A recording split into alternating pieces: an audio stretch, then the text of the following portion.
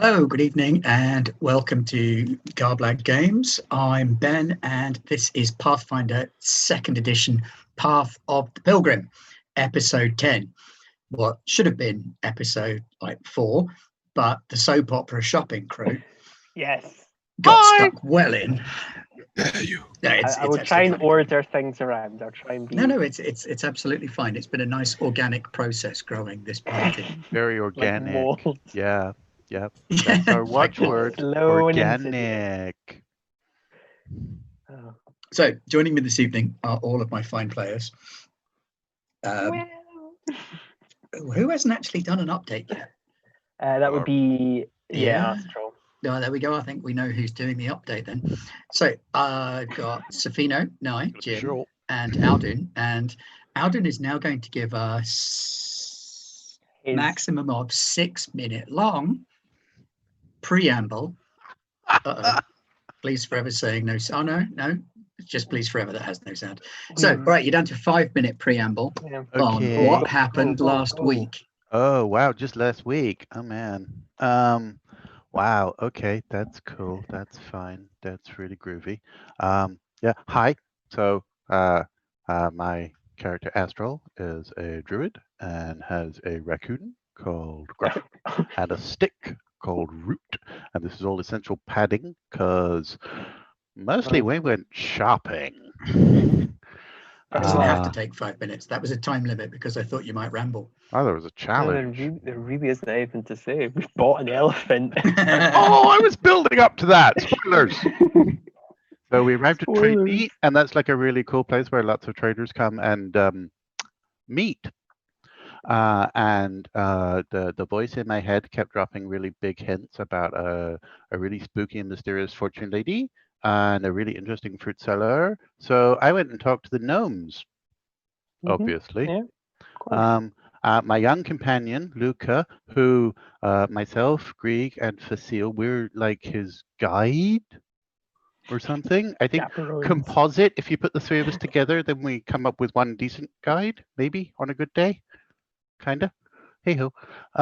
So he went and sold some stuff to a human for like an experience, and then he had to steal the silks off Facile to do that. Facile has a thing for silk. You gotta watch him around silks, man. Oh man, it goes like ooh, especially blue. He has a real thing for blue.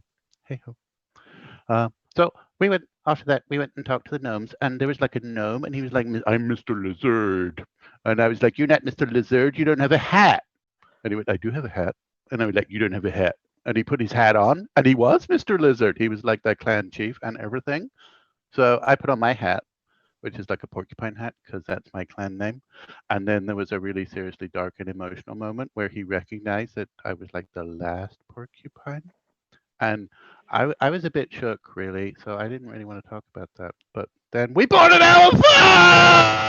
elephant! Yep. Oh, that's everybody's speakers blown out.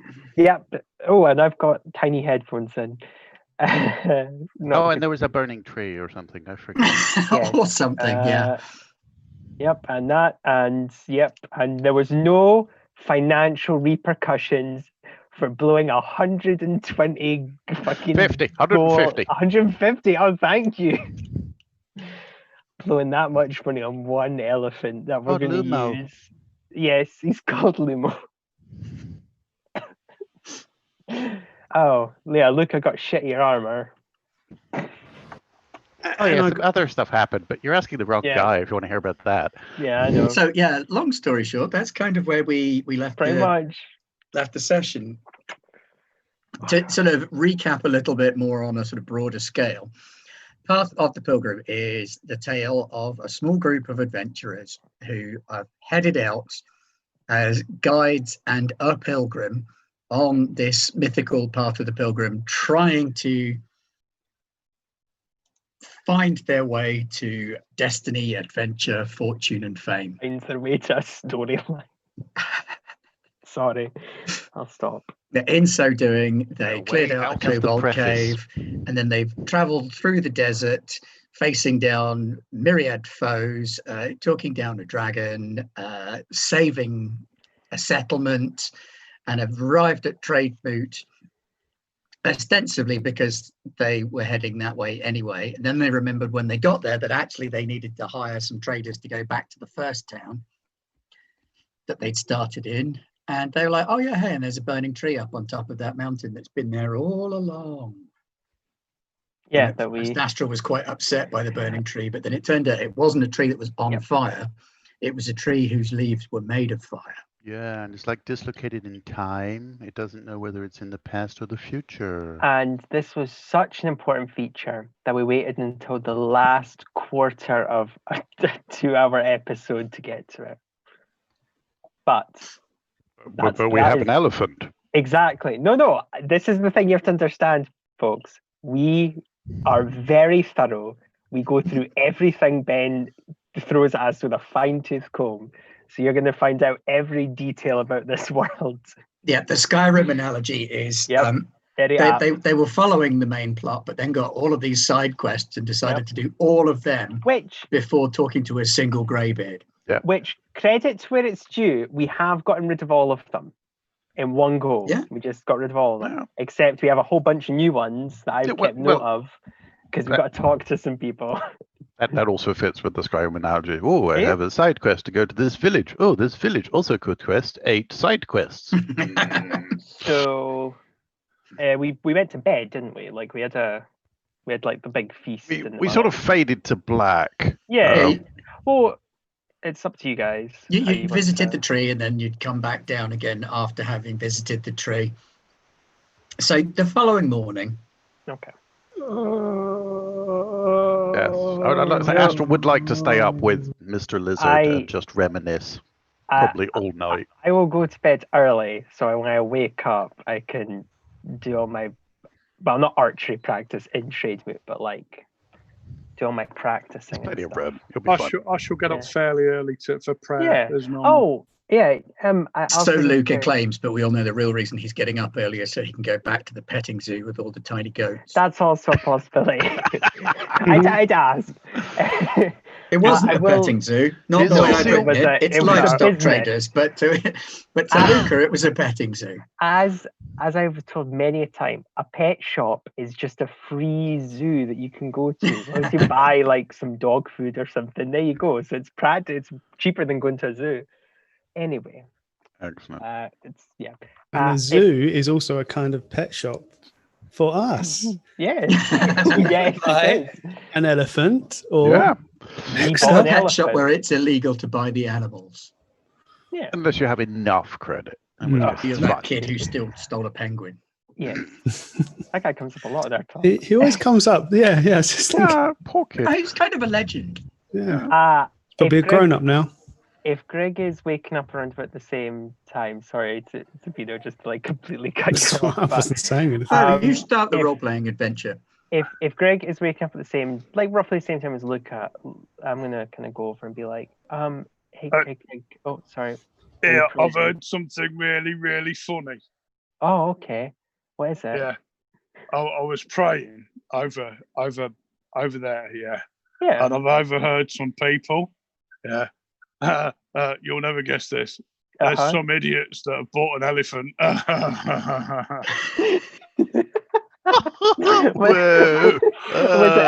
Was it a gnome talking to his wife going, you won't believe it, I sold it for 150 bloodstone. The idiots, it's just a goat in a big suit. 150 bloodstone. Oh.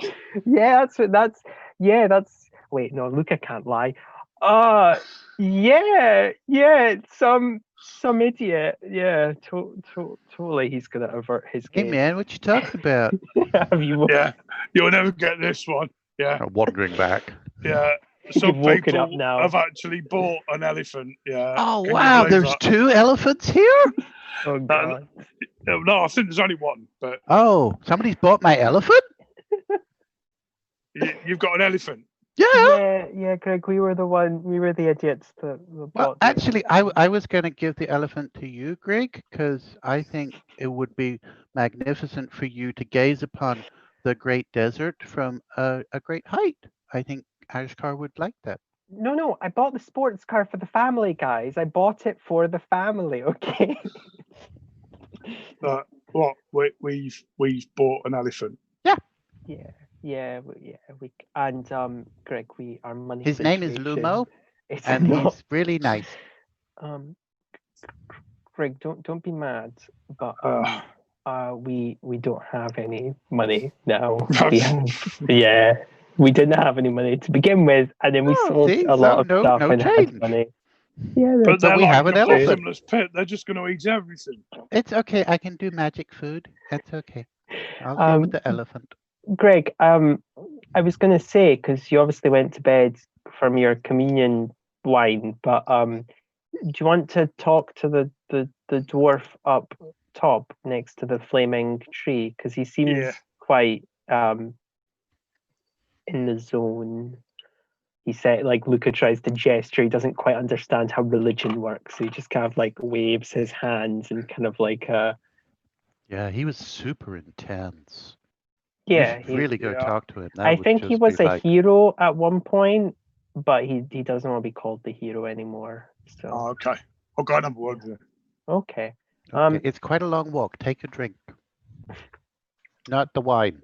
How early is it? Like, not shops opening early, like ridiculous early, or what would you say is the more realistic? Well, it is quite early because people tend to get up early in the desert, because once the light starts bashing through the walls of your tent, it tends to be the sort of thing that rouses you. Plus, you can get a lot done in the morning while it's still cool. Yeah. So the shops are starting to open up, but they're slow about it. They're not like rushing around throwing stuff out. There's a couple of people ambling around their caravans and tents, propping open doors. Setting out tables and starting to lay out their wares.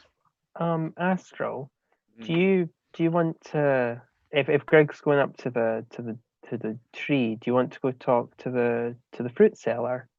Oh yeah, I'd love some fruit. That'd be really nice. I'm kind of curious about how she grows her fruit. Okay. Yeah. We're not going to show her the screaming persimmons though. No. Well, we can show her. But I think we should warn her. Like, I don't think it'd be fair to play a trick on her. Okay, I think Greg was looking forward to that. But I know, but we do have all day. He has so few pleasures in life. It seems cruel to take one away from him. Well, what he doesn't know can't hurt him. I'm not sure that's true. Anyway, the sound of your conversation rouses a mound of limbs and flesh from near the fireplace. Excellent. And a hungover moan sounds from inside. Oh, wait, Safina. I know that voice.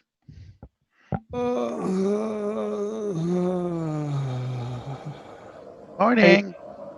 Are you okay, Facile? I say that as like, and I don't shout it. I kind of try to make it hushed. You okay, Facile? No. Oh. Something terrible has happened. What's happened? Have you run out of wine? How did you know? Well, I have another drunk Facile. Or hungover, I guess. No, still, hanging, but there's, there's still the buzz. I think that's worth mentioning. Facile was drunk the whole last episode, and then came to after I had apparently stripped him of his linens. Of my clothing. Yeah. And sold them. But luckily, I was able, oh, no, that was just a bad dream. I got them. I've got them. Ah, nice robe, man. From under the pile of flesh, the flesh pile, Facile pulls up a hairy limb. Who could this be? And here is Agar. Oh wow! You actually been leather bonding armor them. now. Yeah, you're like best friends. I'm really happy to see that. Are you okay? Why does the sun hate Agar? The sun hates you and me both, mate. We should is there like some shade? Yeah, man, there's loads of We should shade. go to some shade. Do you know what's really good for shade? Facile must go in without me. I will die here. Okay. No, we die together. That's such a shame. Like you just get slumped. No man left behind. Come on, Agar. Come on. Master Agar. Sorry. Oh, nice moves last night. He's a pretty good dancer. Oh, shit. I've also got to talk to these bloody muses or whatever the fuck they are because everyone kept telling me to talk to them. Never mind. Sorry, that's Nye. That's a Nye. I think they're somewhere Actually, in the pile can I of just out of character, Oh, well. out of character question? I have a memory from the discussion about the Fae performers in this area last week that they had a messenger service as well. Yep. Was that? They were messengers. Yep. Have they left yet? No, that's the tangle of limbs that you've woken up in. Yeah, I thought they might have run away once they saw my back was turned. Quick, he's talking to his friends. Let's get out of here. Oh, God. Oh, that's... what kind of orgies do you go to? They're just full of regret and self-loathing, you know. Oh, those kind of orgies. Okay. Yeah. Fasil's feeling pretty good about himself. Enthusiasm about talking to these Fae is dropping steadily. No, none against orgies. Just I don't want. Okay. Moving on. Moving on. They might have just had a big cuddle pile. They might have had just a big cuddle pile. Because he's nice and fluffy. Yeah. I kind of imagine that, like everyone just getting drunk and kind of Thanks, Dusty, and then just having a little, oh, you're so soft. That's It's not alcohol that makes you want to touch everything. Not that I have prior experience. That's why I said Dusty, you know, just anyway. Or the plushy. I stepped on something. What was I gonna say? Thank God the Wednesday game is PG, whatever the fuck it's supposed to be. It's going to make this one worse, though. You realise that? Yeah, I hope not. But hey, yeah, I don't know. What's the plan then, crazy people? We're going to go see some fruit sellers. And Greg, I actually want to see Greg talk to this dwarf. Oh yeah, man! Don't want to miss that. Oh, Fasil, come on! Greg's going to talk to the crazy dwarf on top of the thing. Fine. I'll talk to the fruit seller, and you guys can go up with Greg. So you don't want to miss this either. Come on, we'll all go. No, it's fine. I have some stuff I need to buy anyway. Like I might buy some fruit and stuff. Do you have any money? Magic fruit. I have hidden some money away to make sure that we don't spend it all. Okay. Yes. No more elephants, though, okay? Yes, no more elephants. Luca is swiftly learning some grown-up lessons about savings and wise purchasing decisions. So I will go see. Yeah, that elephant's an investment. Yeah, man. It is. And he loves Lumo. He got to pat Lumo. It's just... it's good for shade. It's good for stomping about. So it's really cool. Yep, okay. You guys go first, though. I mean, nice saying this because I want to see this. I'd like to get Groot to grow some stimulating leaves, and we can all just have a quick puff, just to kind of get ourselves going, because that's a long walk back up those stairs. All right, so breaking out your pipe collection. Party pipes. Yeah, you managed to persuade Root to grow you some stimulating leaves. Something nice and light and stimulating. Get us up in the morning. I will have given Agar my pipe. I thought we got Agar a pipe. No, we got his own pipe. When did that happen? Oh, I must have. That's Mountain View. Oh my goodness, it did. I didn't take note of this. I have to fix that. Quickly write it down or it's not real. Yeah. No, I don't mean like that. I keep tabs on all your stuff. Okay. Really? All my stuff. Wow. Yep. Yeah, maybe we're all holding something back. Yeah, maybe we are. Yeah. No, we are broke. I just want to make that. We have an elephant. Anyway. Okay. Astral and Fasil have both made the climb before, all the way up to the top of the mesa. There is many, many narrow, steep stairs. Do we catch up with Jim, them? it's a long walk. Okay. But you're a dwarf and sturdy, and you're used to lots of stairs. Yeah. Workmanship's not too shabby, actually. Right. And you reach the top, and there's this tree that's on fire. As you get as you get closer, it's not the tree so much that's on fire as the leaves are made out of fire. Oh. Each individual leaf is made of fire. We're all sitting on pinpricks. How did they do that? It's magic. Whoa, whoa, whoa. It's magic. Mm-hmm. So where's this dwarf then? Try touching the tree. Say again. Try touching the tree. It's a tree dwarf. That's how I summoned him. You summoned a dwarf? Yeah. Well, I think so. I touched the tree and then he turned up. You could call that summoning if you like. Make a perception check, Jim.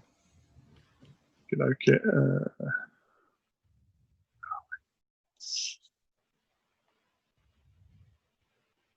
There you go. In a far cry from last week, we've got our first roll only 20 minutes into the session instead of 2 hours into the session. I'm improving.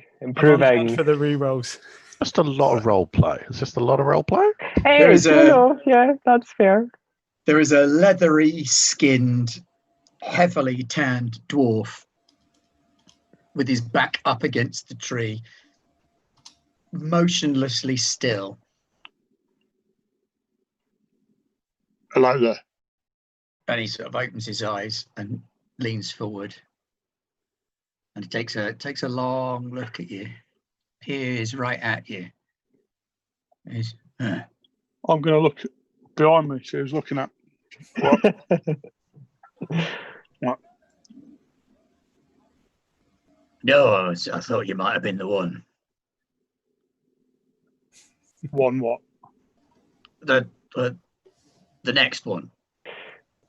He was the next one. Is he not the next one? There's no spoon, Theo. Sorry. There is no spoon. Greg, we walked all the way up here and he's not the next. Oh. Yeah, he might be the one, but it's not time. He's got a good. He's too raw. He needs a good decade of life in him. Treemanship. You sure he's got a decade left in him? What are you trying to say? I'm not saying anything, Greg. Nothing. Greg, is it? Yeah. Hold on a minute. Hold on. You mean I've just had to walk all up them stairs? Yeah, and there was a lot of stairs there. Yeah, for you to tell me that you don't want to talk to me. No, I'll talk to you. That's fine. Oh, okay. Right. Who's this one anyway? Well, the steward of the tree. The steward of the tree. Yeah, guardian, if you like. You don't need a guardian. It's on fire. Yeah, but it's not just on fire. It's like magically on fire. Yeah, so why would it need protecting? Surely it'd protect itself with its magical fire. And he reaches up and he plucks a leaf off the tree and he holds it in his hand. He's like, hold on a minute. Hold on. You're the guardian of the tree. Yeah. So why have you just damaged it by taking the leaf off? Wow, the tree is really more than just the tree. Right. The tree is a gift from those cars. Oh. Ah, see, now he's getting it. Yeah. You got his attention now. If his eyes go all steely, then maybe step to the side. I thought there was something special about this tree. Well, it's been on fire for 1,000 years. 1,000 years, you say? Maybe 1,001. Maybe. Yeah. Every so often, the Guardian changes. Say again. The Guardian changes. Right. And I heard you were coming, and I thought you might be the next me. Next you? Aye, next Guardian. Are you my dad? No. I don't think so. Right. Okay. What? So you want me to stay here while you go and have your dinner? Or no. You're not ready. Right. No, you're not ready. You can't. All right. Okay. Oh, okay. Come back in 10 years. Well, that's a good job, actually, because I've got to take this young lad down on the path of he's a pilgrim, you see, and he's made some bad life decisions, including he's bought an elephant. Yeah, can you believe that he's bought an elephant? Bottomless pit. Yeah, of rations that thing's going to eat. Yeah, let me tell you. And when it goes, you know where? Yeah, it's going to be high and stinky. Yeah, let me tell you. They do crap a lot. That's valuable. There are like villages and settlements that will pay for that. Yep. Who's going to carry it? Perhaps we could use the nod. Hey. Well, I mean, it's not a bad idea. I don't think that's his name, is it? Hey. What's his name? Hey. Arg. Anyway, look, you won't mind too much if you're sitting on top of the elephant, will you? Yeah. Right? You're not gonna panoramic am I going to view. get up on top of an elephant? We'll get you a ladder. Astra will give you a bung. Oh, sorry, guys. I didn't mean to make any height jokes. I'm sorry. See, this is why I wanted to get you an elephant, Greg, so that you could look down on the humans. I don't really like heights, though. Oh, you just climbed all the way up to the top of a mesa. Yeah, he's not happy about that either. You could see for this is dozens of miles in all directions. Yeah. Well, what can we see? But natural high things like this, and I suppose the elephant as well. Yeah, but I don't really like high things. Are good. Yeah, but like artificially made ones are bad. Mm. Right, so look, you're here. You may as well get something out of it. What do you want to know? What do I want to know? Yeah, he rolls up the tree leaf, and it sort of changes into a regular leaf as he does. I'd still like some of that. Ask a question. Oh, past, any present, question? Future. Okay. Something that happened or will happen, and we'll ask the tree.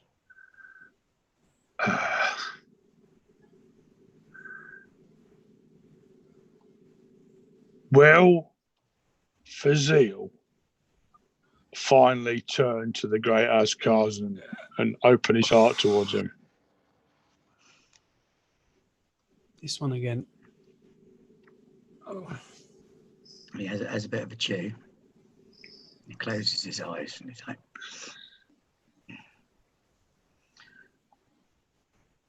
your man's got a purpose. He does the work of Azkars, even if he doesn't serve the name of Azkars. Right. Okay. That's good enough. He's the finder of lost things. It's normally silk, to be fair.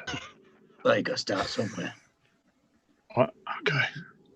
Yeah, actually, that's an interesting point. If you find me spear, lad, I'll have that back. Aye. I've got a nice spear. This one. I know, but do you seriously not know who I am? No. Your little human lad knew me. It's quite refreshing, I'll say. Am I that out of touch? Has everybody forgotten Shan Brightspear? Oh yeah, I remember. He's called Shan. Maybe make a dwarf lore roll, Jim. Or maybe it was Ham. I don't really remember.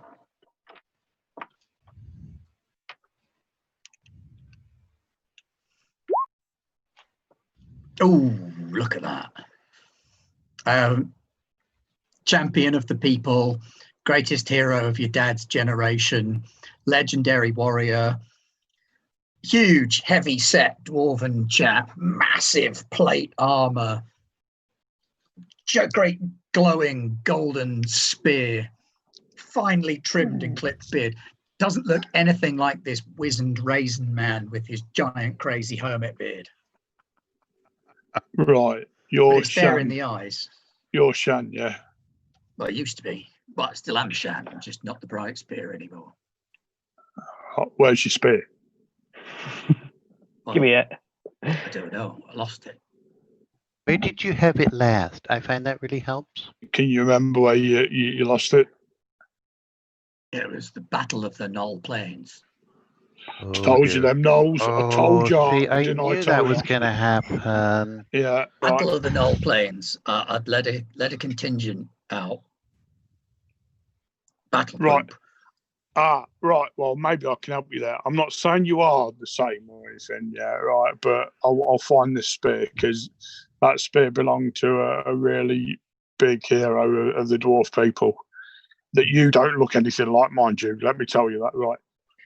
Yeah, well, I've lost a bit of weight since then.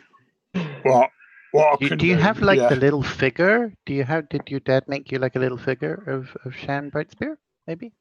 No. Did he hand paint it? I bet he did. No, I've seen some paintings of Shan Brightspear. Okay. He don't look anything like this chap. Anyway, we have a Knoll with us. Yeah, maybe I could ask him, and then ask him a little bit harder, and then ask him a little bit harder than that until he tells us where the spear is. He might not know. I mean, it's a good tactic, but it has a couple of problems. I'm assuming Agar's with me. Is he from the tribes then? Yeah. Well, he's an outcast, so...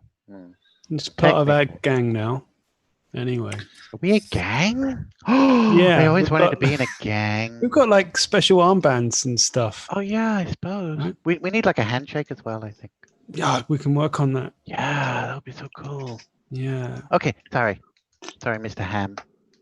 So you want the spear finding then? Ham, spam. Well, that's it. Be a good sign that you're the right man for the job.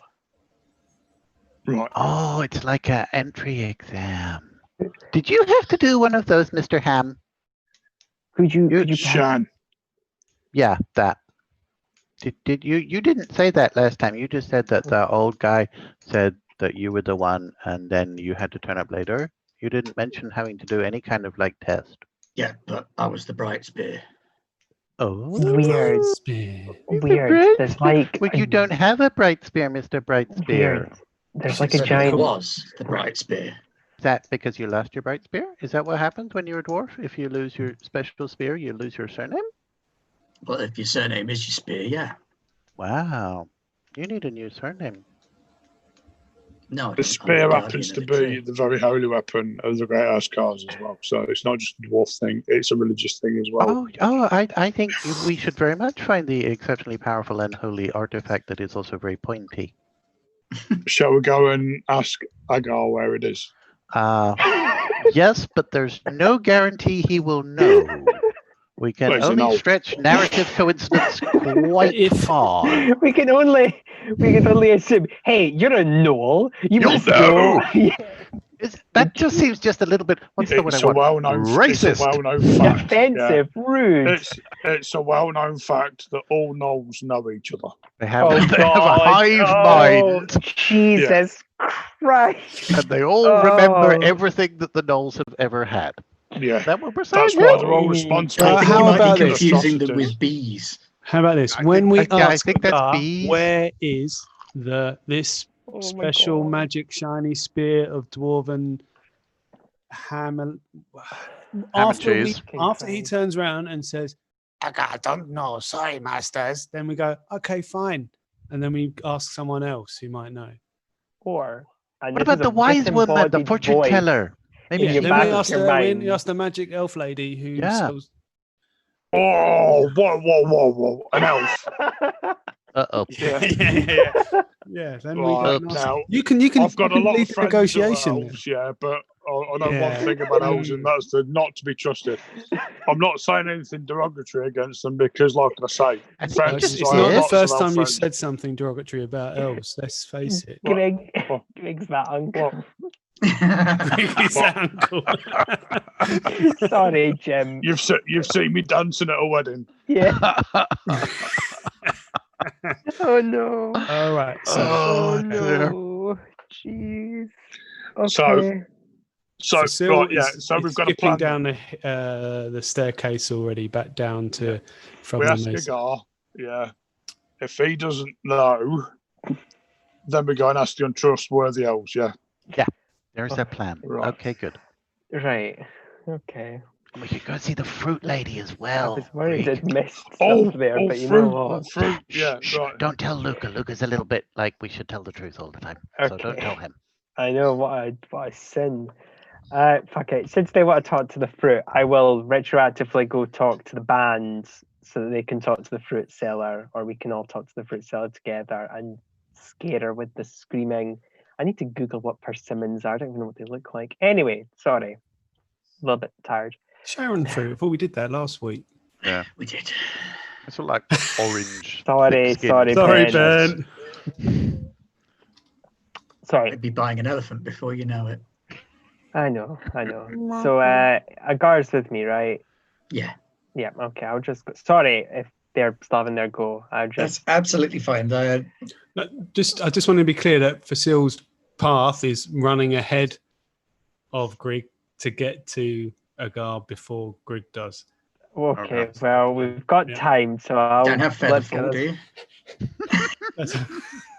What, Featherfall? I could get Catfall.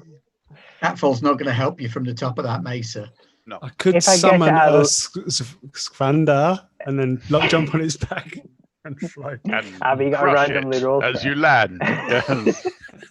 Right. And if I get it meanwhile, at legendary... down by the fire pit, Darren, the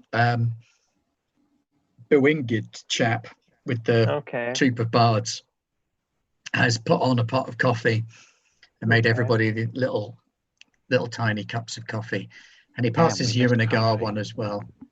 Oh, okay. I take a sip of it, and they kind of sit there. A lot of sugar and milk.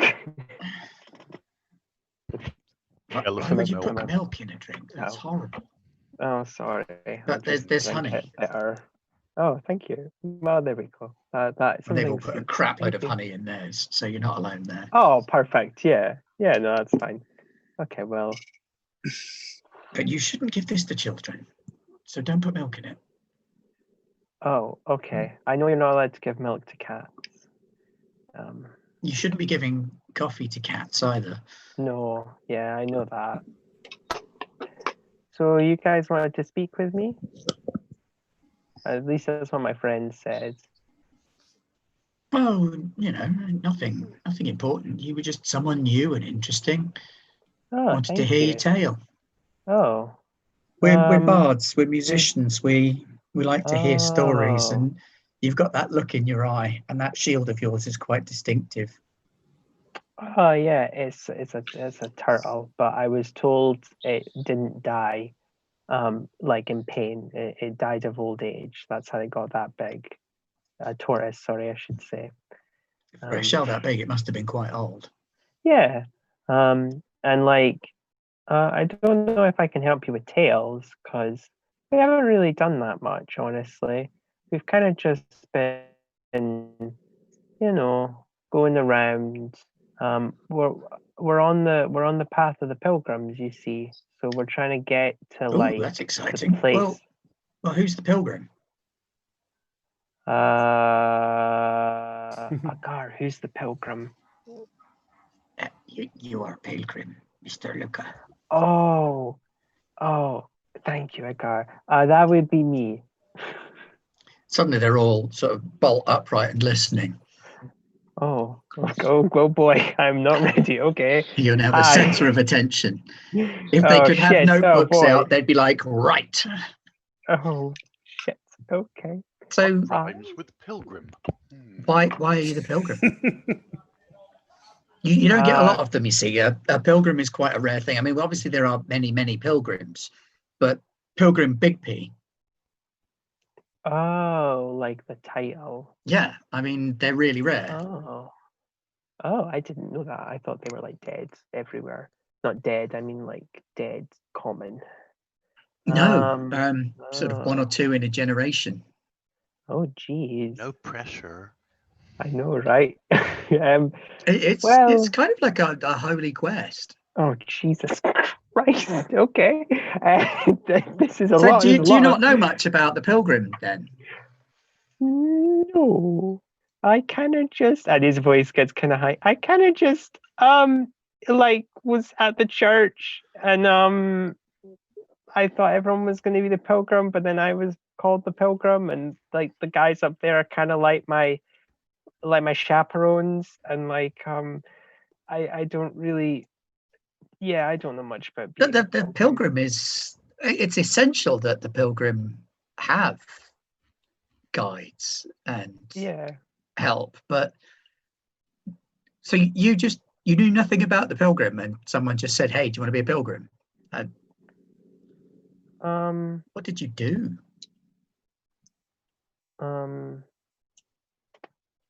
Well, I kind of heard about the pilgrimage, and I kind of wanted to take it for personal reasons. Deeply mysterious personal reasons, or something you don't mind sharing?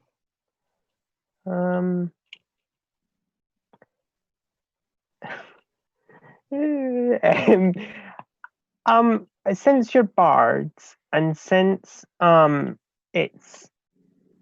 guess since you need a story, I will tell you a little bit, but you're not allowed to tell the other three that are my guides, okay?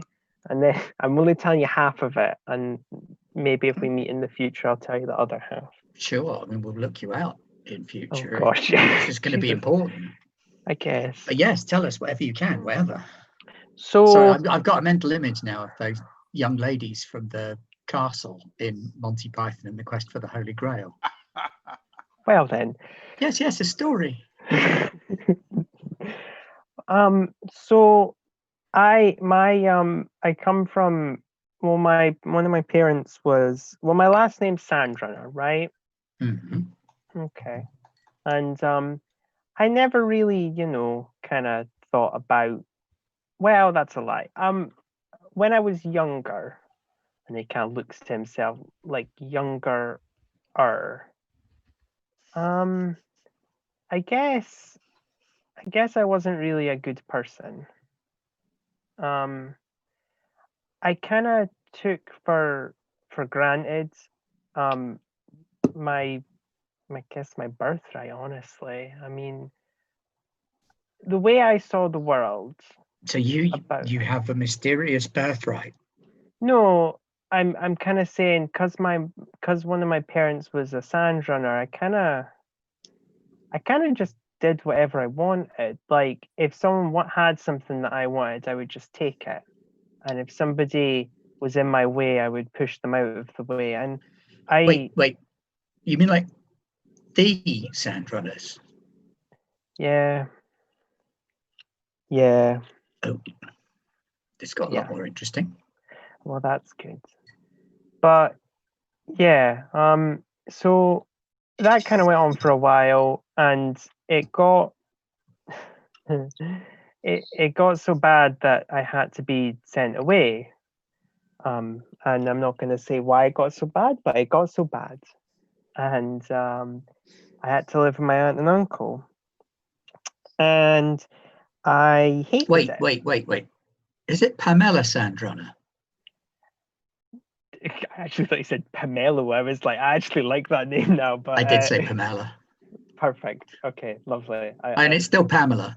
Yeah, but for reasons. But anyway, it's Pamela with a fantasy twist. It's probably got an apostrophe in it somewhere. Exactly. Yeah. That's how you make fantasy names, isn't it? Yeah. That would be my mom. Pretty much. Yeah. That would be my mom.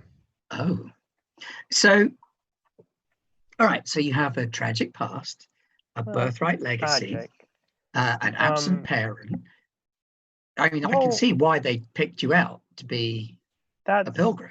That's not the whole story, and I'm very sorry. I kind of, and it kind of, I guess, if their fourth wall is looking, because I'm a shit actor, it does kind of look like he wants to get this off his chest. Like he has to tell somebody, and he'd rather, I don't know why he's telling these people, but I think they broke through his shield after it was already pretty dented, coming off a pretty miserable point. Okay, well, long story short, sounds like your life got turned upside down. Yeah, it did. And the Prince of West Philadelphia, born and raised. Yes. West Yes. of the Dragon Waste, born and raised. But The Dragon I World, guess sorry.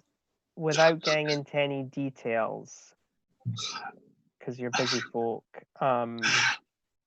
simply put, I kind of rear-ended my own life, and there was a person that helped adjust it, and I thought I was going to be okay with the life I chose, and then it got rear-ended again, and then I decided, and then my aunt told me about being a pilgrim, and I kind of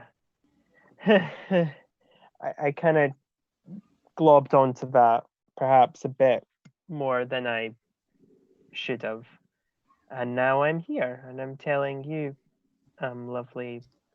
I'm sorry. You're like bards, Messengers, but yeah. Oh, okay. You seem pretty cool. Well, I mean, we make our living telling tales, spreading stories. So maybe there's don't not a lot of spread difference that. between bard and messenger. Oh, sorry. Maybe don't spread that tale around so much. Yeah, that's them coming. Okay.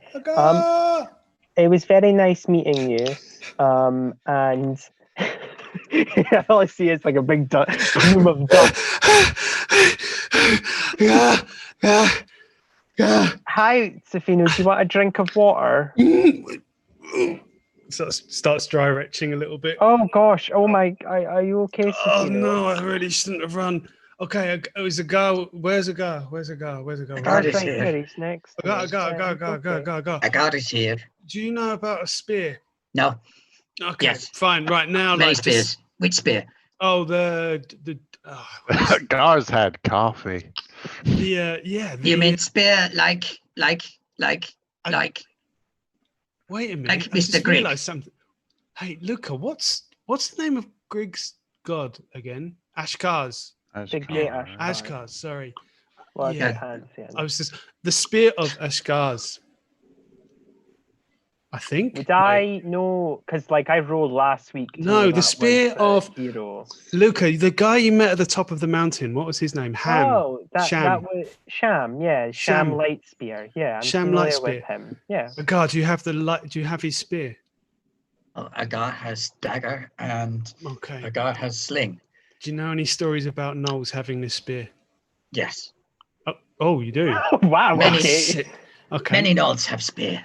Yeah, but do they have? Oh shit! Okay, we got right. Let's focus together. We got to get this straight before Greg gets down here. Greg, we're nearly there. So how are we going to do this? From your what? little legs my backpack. From the garbled stuff and some rope. Yeah. From the garbled stuff that Facile is saying, could Luca roll like a Legends lore or whatever I got? Yeah. Check. Okay, so that's a +5. Not the with a -6 penalty. Wait, I can smell coffee. We should hurry up. Yeah. That is. Oh my fucking god! Sorry, I got a bit more emotion than I need to. It was a negative. Not negative. It was a 1, a critical fail. I have no idea what the fuck he's talking about. Not a goddamn Scooby-Doo. And I'm seeing Luca's look of blank, this no comprehension at all. So I'm trying to explain it more and more and just making it less and less comprehensible and getting. Yeah, Agar. No, actually, I make it work. Yeah, Agar would have loads of spears. He'd know where tons of spears. Yeah. No, like a special spear that the Yes, Master Greg, Agar is here. Yeah, what do you wish to know? Yeah, Agar would definitely know where the Can we get some coffee? I could smell coffee. Is there coffee? Yeah, you're passed a small cup of coffee by one of the messenger bard people. Oh, I say thank you in Sylvan. And they look at you where Shan's spear is. I do it anyway. You say one it in butterfly. One of them says that was beautiful. What language is that? That was the language of the spirits and the wood nymphs. I say something. Dwarven. That's exciting. Would you like it? I could do some more. It sounds wonderful. I didn't understand a word of it, but it sounds lovely. I said thank you. It's very useful to know how to say thank you in many languages. Does It is. do Fae have Interestingly thank enough, you? Astral, there's no word for thank you in Draconic. Whoa. Yeah, Well, it's that's pretty- dragons for you. Hey, I don't believe the judge them. closest translation is "I will not eat you this time." Yeah, that's thank you in I dragon. believe in Dwarven there are 14 ways of saying spear. Well, I feel that we're probably about to go through all of them. Yes. Okay, I've got copy. Master Greg has question for. Yes, he Agar. does. He also has that look in his eye, so think carefully about your the answers. kill you look. I will answer best I can. Okay. Agar, would you like to come on the path of the finding the spear with Greg? Well, that's a nicer invitation than I expected. Agar is already on Path of Pilgrim with Luca. Yeah, we should do that first. Is Greg coming with that or going for other one? Well, this is part of it, yeah. Okay, I will help. Right. Have you seen a really, really nice spear that your thieving family have stolen? Okay. Knolls take many spears. They raid caravan. Yeah. They steal from town. How nice. They're really nice, like really glowing. Like the best spear you've ever seen in your life. Yeah. No, you have best spear I have ever seen. Okay. There you go. There you go. That's answered it. So he doesn't know what you're talking about. But they say they say that Queen of all Knolls has powerful spear with light of sun. Oh, that's the one. That's the one. And where would she be? Because I can tell where this is going, but please just tell me. She would be deep in Knoll ranges. Yeah. Feeling. What say we sneak you back into the Knoll ranges and you show us where the spear is, and then we can bring it back. We could all dress up as Knolls. No, you are not convincing us, Knoll. Actually, Master Greg probably convincing because he is shouting like Knoll lady. We dress him up as a Knoll lady. You'd make a very attractive Knoll lady, Greg. Yeah. But not high enough. Okay. Yeah, he's not high enough. You need to maybe get high. Hold on a second. Maybe you an elephant. No, we brought up the height. Oh, there we go. No. I'm just saying we can help you get high. Yeah, you would have to use smell magic. Well, Greg, you have smell magic? Spirits. What is smell magic? It's magic to make you smell like Knoll. Oh. Knoll does not fall for illusion magic because smells. Oh, right. Oh, I think maybe I need to look in my big book of druidy nonsense. I actually thought it was like, it's just like smell magic. What's that? It's in bottle. You spray on you. Yeah, that's just. Then you smell different. Maybe it is. Maybe that's that is. It could be magic. Yeah. That's the Lynx effect. Yeah. I really. Anyway. Java. Make smell like Knoll. Then we've lost the sponsorship. We had it, and then we lost it. Oh no, a Link's gonna sponsor us. Oh, dear. Never mind. Tetley was until we started drinking coffee. Right. Right, so for Zeal. Off the rails. It's almost an hour, and then we've basically not gone anywhere. I could suppress your smell. Is that the one you wanted? Agar knows where the spear is, so... No, Agar does not know where it is. Agar has heard that Knoll Queen has mighty spear. Hold on a minute. Well, we're going to speak highly. Well, we're going to speak in your favour there, yeah. Oh, please don't change the story now you've told me, yeah. Okay. Right, so Agar knows where the spear is. Yeah, the Queen's got it, apparently. Yeah, Queen has got it. Yeah, so after we've done this pilgrimage, or perhaps it's part of it, we should go and get this spear off the Queen. Yeah, there we go. There's a plan. Knoll Range is very dangerous. Many tribes, many packs. Yeah, that's okay. Let's just. Is it on the way? No, it's back the way we came. Yeah, we don't want to go back. We got to do this thing. But Master Greg says after we do Pilgrim. We got to do Pilgrim first. So we do Pilgrim and see what Pilgrim say. Great no, we don't do the Pilgrim. That'd be nasty. We like Luca, so we're not going to do it. Yeah. I think the band wants to do the Pilgrim. Wow. And do the Pilgrim. I talked to the band, and we had a very civil conversation, and it didn't go anywhere near there. So that's absolutely fine. No weapons were drawn. That was pretty good. Yeah, Luca,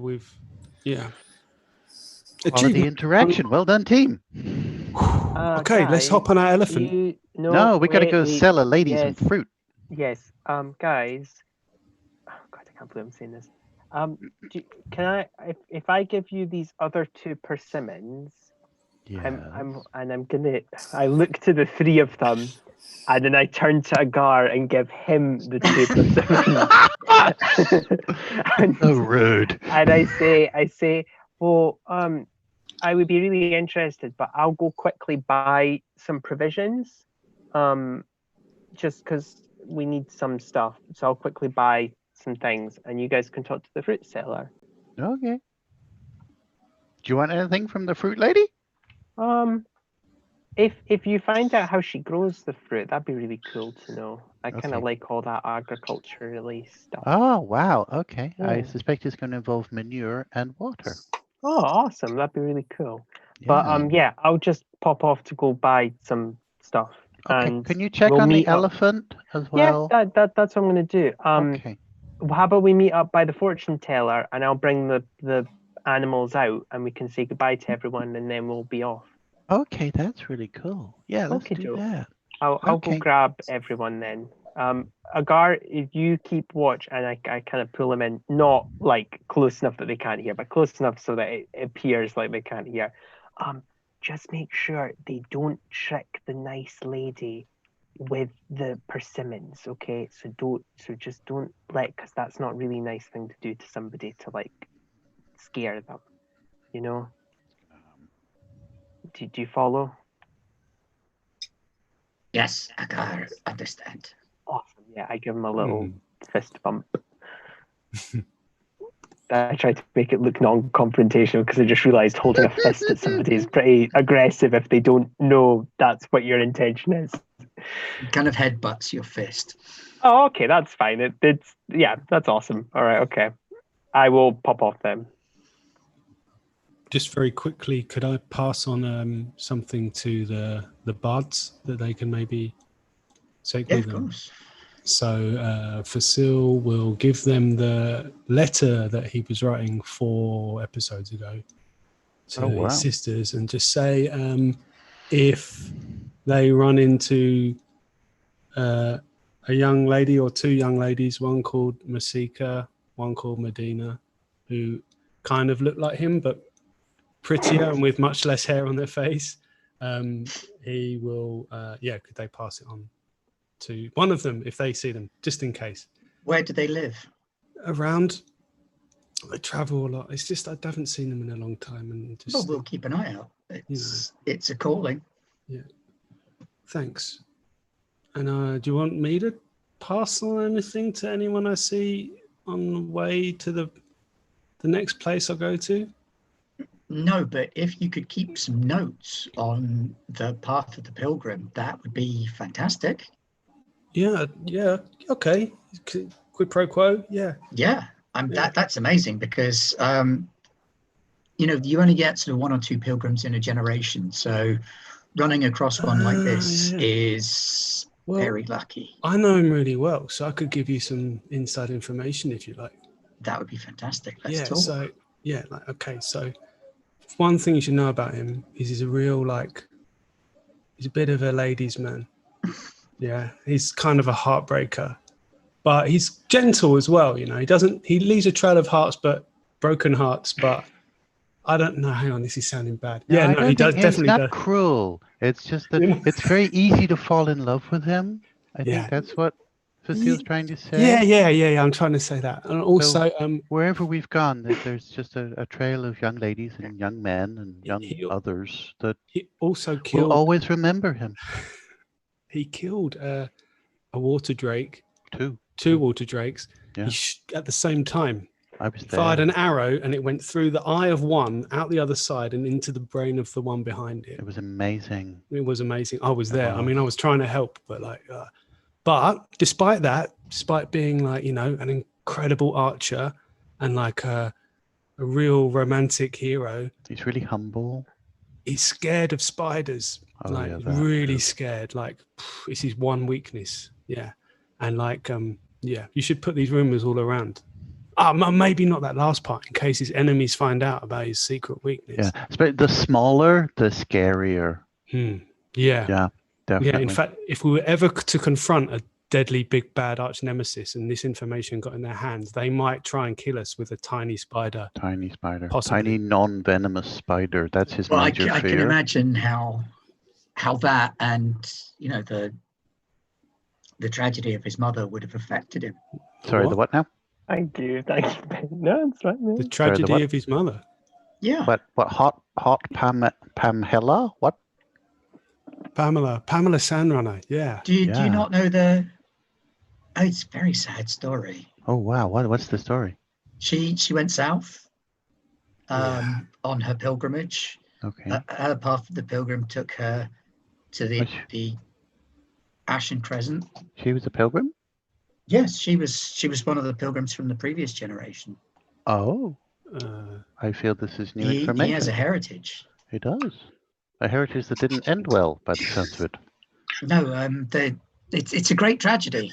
She was very brave, very heroic, but she went south into the Ashen Crescent, and I've heard of that place. It's not fun. They say she fell foul of the blood drinkers. Oh dear. Yeah, those guys are bad news. Yeah, they're very bad. So news. wait, blood drinkers. Oh, hi, Greg. Hi, Greg. We have a new part of the Path of the Pilgrim mission. We have to get Luca to procreate before we allow him to continue. Really? That was my mission already. Here. Yeah, I'm not here, so I have no idea. Because then if he can't complete the path, then the next generation of Sandrunner can take up the mantle. No. That's what I'm reading from this. Is not, no, you got it the other way around. No? Oh, okay. No, we should stop him from going on the... Wait. If he has children, we should be like, don't follow in the footsteps of your nan and your dad. Because it's like... okay, the children. Yeah, okay, that's fine. Yeah, the kids. Yeah. I'm saying like... That's always an option. I think it has to be blood. I think the magic is in the blood. Yeah, but I think like Luca should be the last one to do this in the Sandrunner. Wait, I don't know. It's unusual to have conversation with the lizards. Yeah, you're buying some delicious trail rations and some cheese. Oh, what's in here? Oh, it's a little bit of spicy chili. Oh, good. Well, I'm really in depth. Do we still have money left to buy things? Yes, we have enough hematite to buy, so copper, because like I think last time we spent 5 copper for food to get us out here. Yeah. It's nothing. I just did it so you guys can have fun with the fruit seller without Luca being a busybody about the whole thing. We didn't spend the bloodstone we already had. We only spent what we earned from selling stuff on the elephant. But the reason why, like, I'm joking, because obviously it's a game. You're not actually meant to save up money. I just think it's funny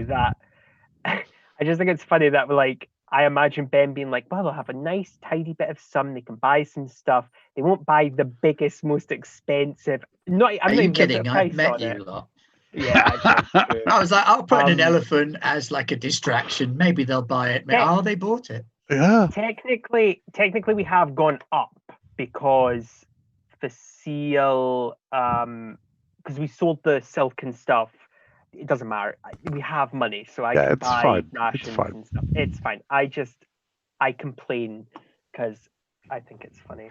Yes, Mum. Yes, I have. The youngest in the group has turned into the mum of the group. Yeah, that's fine. All right. So, anything else you want to talk to the? I would like to about? I would like to ask them to. I'd like to say that if they ever meet any other gnomes who are in the porcupine I'm clan, just fixing something. that they should give them this, and then I hug them. Porcupine. Yeah. Wow, it seems like it's the day for tragic tales of those who went south. Well, yeah, we kind of started off there. There's good places to trade, there's bad places to trade, and sometimes with your bad places to trade, you do what you can. We made bad choices. The Crescent is rich. Yeah. But it's rich off the backs of slaves and horrific blood-drinking monsters of the night. Yeah, it's really not worth it. No, it really harshes your buzz. That's why I had to get out. But if we find any porcupine, sure, wow. A pilgrim and a porcupine. Yeah. All in one place. Spear, yeah. A descendant of the Merid. I mean, it's almost as if we're like some kind of hero adventuring party in a fictitious story. Sorry. No, we're a shambles. Sarcasm. We're a walking shambles. Yeah, sarcasm. But you have the makings of heroes. Do we? Oh, it's in my bag. Well, according to Joseph Campbell, the call to adventure is refused the first time. I think Rocket has my hero parts. I think he hasn't refused the call to adventure and has probably stolen it from you. Yeah, probably. And my knife, which he keeps getting somehow. Just dragging behind him. I've actually thought of a really, even I really gave it to a guard. What's the big problem? Right, right. How about if we have to fit into a really small space, what we can do with the elephant? Well, we leave the elephant outside. But he might get pinched. Who is going to steal an elephant? Well, who's going to buy an elephant should be the first question. Well, I did. We can answer that one. That's easy. So therefore, someone like yourself, if they've seen an elephant... I would never steal an elephant. How dare you? Steal it. I didn't say you'd steal it. That's so rude. I demand an apology. I'm sorry. I didn't mean to say that you'd steal an elephant. I'd be very tempted if I saw an unattended elephant. Yeah, Seal would steal an elephant. Especially if it had silk on it. You wouldn't steal an elephant, would you? We could make... Yeah, you wouldn't steal a car. You wouldn't steal a policeman's helmet. I wonder how many times that advert actually prompted people to commit crimes. Because after watching that advert, I wanted to go out and steal things. Like, well, I didn't, but I do now. You've made a list. Oh, okay. Fruit cellar. Right, so you're wandering over to the fruit cellar as you go. The fruit cellar is basically a little oasis down in the corner. Over here. There's the water. And there's the water, and there's the fruit cellar. So there's a waterfall here. This is another fairly significant attraction of Trade Moot, because you don't see waterfalls very often in the desert. Wow. There is a waterfall cascading out of the mesa, falling down into a clear pool at the base, surrounded by palm trees and ferns and cacti, desert plants, and even a few lilies floating around on the edges of the pond.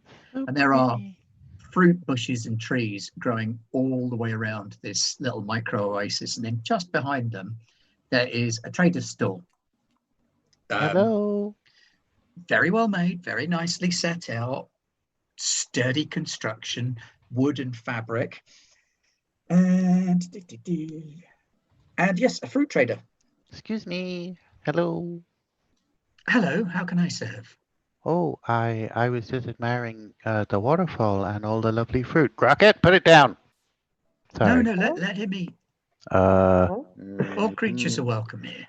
Oh, okay. Can I plant my root as well? Because I think he would like it here. Yes, I've manured recently. I do love it when the cactus flowers come through, because they often trade a lot of manure for fruit. Yeah. Fruit. Yeah. Yeah, you do. Okay, great. So I'm just going to put my leshy here where they can see the waterfall and just enjoy the nature. And so how long have you been here? Oh, a few years. I don't know. Maybe No, I lose track. Oh, I'm sorry. I didn't ask your name. I'm Astrolage Pater Jason Porcupine. Who would you Samyaza be? Tamiel. Samyaza Tamiel. That is a beautiful name. Samyaza Tamiel is my family name. Samyaza. Oh, that's so nice. And where were you before you were here? I travelled around the deserts. You know, it's difficult to be a travelling fruit seller in a place such as this. So finding somewhere I could settle down and trade was a blessing, you could say. I can imagine. This is really lovely. Do you know where the waterfall comes from? Inside the mesa, I believe there's a spring quite far down under the ground and channels through the stone, and it's under enough pressure that it cascades up and through. Wow. Either that or there's a Mareed trapped down under there somewhere trying to get out, and this is the only way they know how. Oh, okay. Facile, did you catch that? And then I say, hello, anybody there? But in Aquan. I like how we all had the same idea. We all speak Aquan. Yeah, I suppose they asked for it. I mean, when D&D named their underwater deity, bloop, bloop, bloop. I mean, I can speak in Fernie. They kind of brought it on themselves, didn't they? Really? Yes. Yeah. But this is Pathfinder, not D&D. Yeah. But it's terrible. Different. Totally different. Totally different. They totally didn't offshoot from. Can you make a Mareed law roll, please, Facile? Yeah. Buy your reroll. This is a very closed economy, isn't it? We just buy ourselves out of any problem. Yeah. 22. Don't need it. Really, not a problem. Well, maybe. Okay. That was a bit overconfident then. Sorry. Don't need it. I needed 23. Sorry. The water seems to respond ever so slightly to your Aquan tone, but there's no sort of answer. Help! There's the water itself fluctuates almost as though this is water that's coming directly from the elemental plane of water. Okay. So it knows the voice rather than being alive. I put my hand in the water. Yeah. Tastes like sweet water. That's some good water right there. Is that good? Yeah, it's really wet. Yeah. Would you mind if we had like a shower, a fruit lady? Would that put off your fruit? If I got my fruit wet? No, feel free. Okay. Whee! Naked time. Yeah. Bathe in the pool. She says to the disappearing naked back of the gnome. The clothes still standing, and then they just drop. Because it wouldn't be a session if we didn't get a naked gnome in there somewhere. Didn't have one last week. Well, yeah, fair enough. That's not honest to do it twice as much, though. Usually naked sorcerer, but no naked gnomes. The rest of you? Yeah, I'm going for a swim. Okay. Yeah, I could do with a good wash. There'll be somebody going, thank goodness our drinking water is... Well, that's why I checked. While we're swimming around, I'm like, Astral, do you think the elephant would be like able a swim? You know, I wasn't going to say that, but now that you've said that, I am wondering that. I'm sure they would love a swim. What were you going to say? Sorry, as I do backstroke past him. Well, I was wondering if the elephant came for a swim. Yeah. What did we call him? My memories. Was it Lumo? Lumo. His name is sorry, Lumo. No. We didn't call him Lumo. That's his name. Okay. Yeah, sorry. It's a heavy night. But when he comes for a swim, maybe, he could take some of the water and spray it out of his trunk. Like Just thinking that. Yeah. Or you could just stand under the waterfall. Crazy idea. I'm resplendent under the waterfall now. So beautiful. Oh, it's so heavy. You never realize how heavy water is until it's falling on your head. Have you noticed You that? don't want heavy water on your head. No, that'd be really bad. So I had a vision from the tree about a water pipe, and there was a thing I had to find. And now every time I see water, I wonder whether that's this, or whether I've already found it, or what.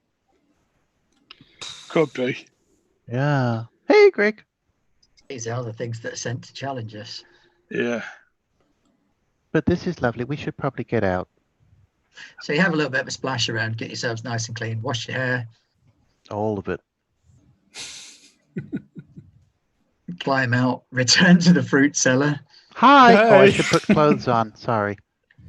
I could just stand there. I don't mind. Yeah, much. I feel so much cooler now. Amazing. It's great. It is a popular place to visit. Few are brave enough to enter the water much deeper than the knee. Really? Clearly, Wow. well, not many people in the desert learn to swim. There's not a lot of call for it. I have these visions, like after a really good session with my Lashy, of water so big that you can't see the end of it, and it forms like these moving hills, and I'm there on this plank of wood, and I'm riding the water.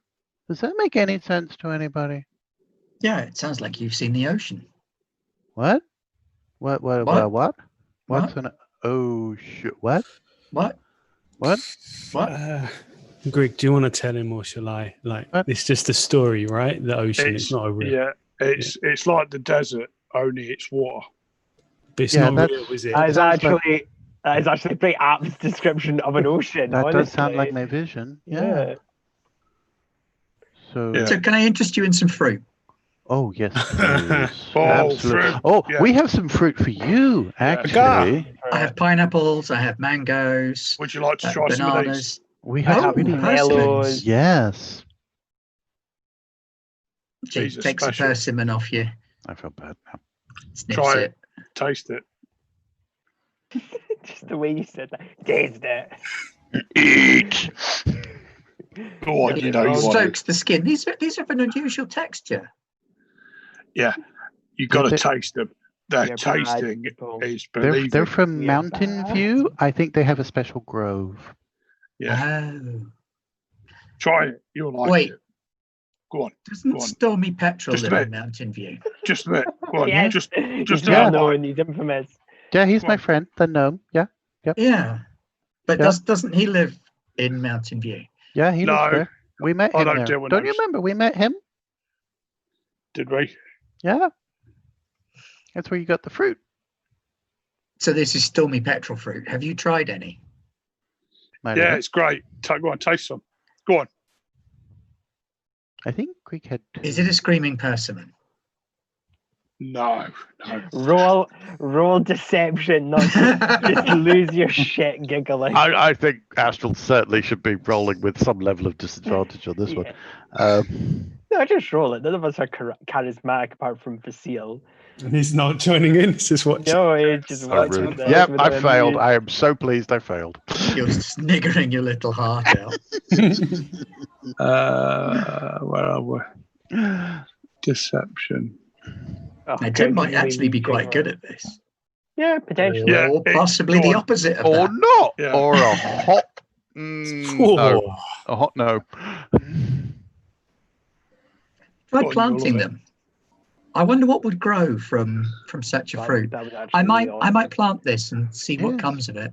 Please take it as our gift in return for the joys of the waterfall. Very kind of you. And if it is a shrieking persimmon, which I know he's famed for, then perhaps cultivating them would give us an entirely new branch of agriculture. No pun intended. 20 years from now. Well, Daddy, the market. I want to see the market tree. is screaming for it. The market's screaming for it. Yes, very good. It's crying out for those persimmon. Why did we plant this bloody tree? Why did you drag the tree? Plant a tree. Every time a fruit drops out of the tree. Yeah. Just someone hasn't slept in 20 years walking around. Kill me now. Well, they grow like dandelions, you see. Once you plant them, they just pop up everywhere. Yep. Yeah. People going around fastening sheets to the underside of trees. Yeah. Well, I was Cushions also going to say, underneath. I could just imagine someone in the elemental plane of water going, where does all that water go to? Who knows? Perhaps to another magical land. And there's just 3 guys swimming in it. We after many years of magical focusing, we've managed to pierce the veil and we can see where the water. Oh my God! Oh, come on! That looks like a sea gnome. Appears to be the underneath of a sea. Ooh. It looks like a small sea lion. Yeah. So, do you want these persimmons then, or what? Yes, absolutely. I'm more than happy to trade for those. Nope, off our hands now. So. No. You realise that they're quite valuable. Yeah, well, exactly. So, would you like to buy them off us? Yes, I mean, I'm happy to trade in exchange for these. These are Haggling. very useful. 20. 100. Well, that's all the numbers used up. Yep. But didn't do 5. Did I peak too soon? Yeah, you have actually very much peaked too soon. Gone in too high there. I'm sorry. I'm not good at haggling. So the longest lived fruits that I have are probably the pineapples. The bananas are delicious, but they won't last long. I have mangoes. I have some non-shrieking persimmons. Right. If you do like the taste of persimmon. Yeah, I do actually. Yeah. I have some plums. What would everybody else like? I would like some plums, please. Mango. And I have a grapevine, and I've been cultivating this. It's like cactus wine, only made from grapes. Oh, that sounds grape wine. Oh, that sounds revolutionary. Does that work? Which doesn't make any sense. It's quite tasty, actually. It's a lot softer than cactus wine. It doesn't have the same bite to it. Oh, could we try some? Well, I can certainly include a few bottles in the trade if you'd like. It's like 9 a.m. Yes. That's early. And your point is? No judgment. We've had stimulants, coffee, and now that's what a already. persimmon looks like. Yeah. Looks like a tomato. Yeah. Doesn't a little taste bit, like. yeah. Only more orange. Yeah. Sorry, I'm Googling what they look like. They're pretty tasty. Oh, and so we'll have some grape wine. These passion fruit. Oh, that's yes, my absolute please. favorite. Oh, my, yeah. I love. Or shall I just put together a mixed box for you? Yeah. Okay. That'd be amazing. A fruit Sorry, salad, Greek. These are your persimmons that we're trading. So. Well, 2 of them are. Well, they're not really. The grapes are. It's definitely not mine, to be fair. Okay. How many are you trading? I'll leave it to you. Like, I mean, I'm happy to have very basic food and water and things. So, okay. Just a question: do the shrieking persimmons, do they keep well for the? Remarkably well. Okay. Magic. So we could take one to the next town, for example, and do a trade with one there if they're really worth something, maybe. Well, they're worth something to people who know what they're worth. Otherwise, so their main use is practical jokes and scaring the bejesus out of people. So yeah, let's keep one as a for some kind of, maybe it'll be useful in a trap type. Yeah. For research. Yes. Yeah. An emergency persimmon. Yeah. Fruit lady. Put it in a glass bottle and fruit lady. Do you have any dried fruit? Yes, plenty. Apricots, dates. Maybe apricots, dates. These grapes dry down to a thing I call raisins. Oh, like really some more crazy. You're into your grapes, aren't you? Wow. Yeah, making wine from vines. And so we'll take the really dry grape, and then we'll take the grape juice. She's putting together a big old box. Sounds like grapes to me, but okay. Fruits for you. And some of the dried stuff, because that will keep better out in the desert. Are you giving her the bag that's got the persimmons in, or? Yeah. Yeah. I think we should no, I'm not going so that we can count them and make sure we keep one. Yeah. Well, when you empty it out, you would notice that in the bag there is also a small clay tablet etched with a rune. What's that? Basile, you getting any kind of buzz off that?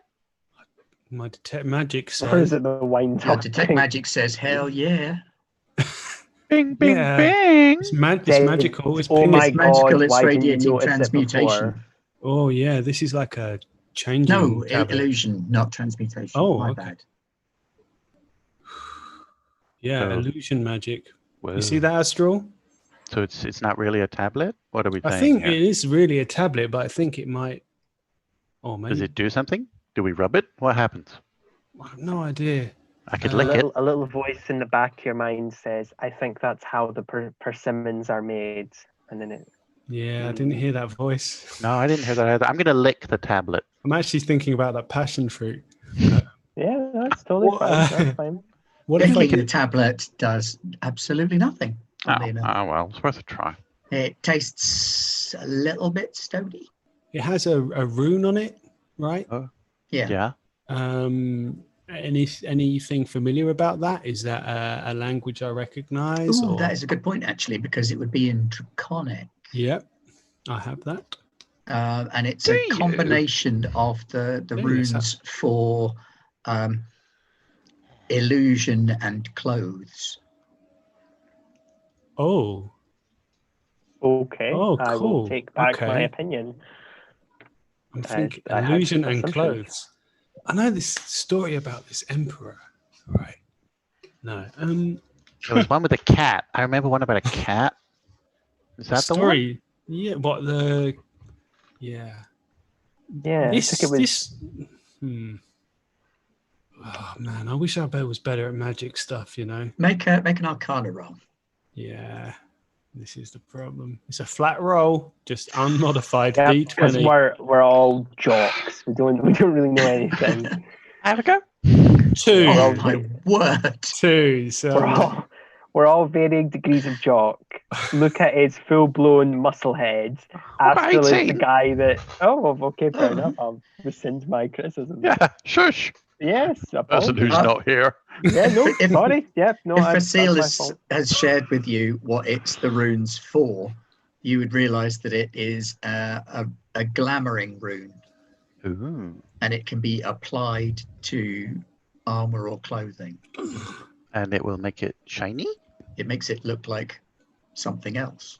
Makes it look like something else. So if you could be wearing full plate, but look like you're wearing a slinky nightgown. Cool. Or you could be wearing a slinky nightgown and make it look like full plate. Facile. This is the best. How do we work it? I think I have no idea. You attach it to clothes and you say the magic words, and then you put your finger in your ear and you twist it around 3 times. Okay. So Facile attaches the tablet to his dressing gown he was given last week. Yes.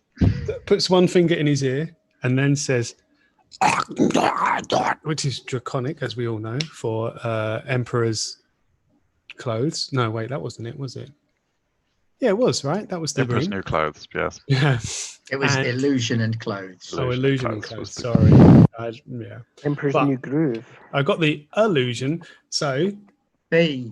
And then I worked hard for that one. No, but and then he goes and wishes that he was wearing kind of like a, I don't know, the equivalent of like a Rio Carnival ostrich feather outfit.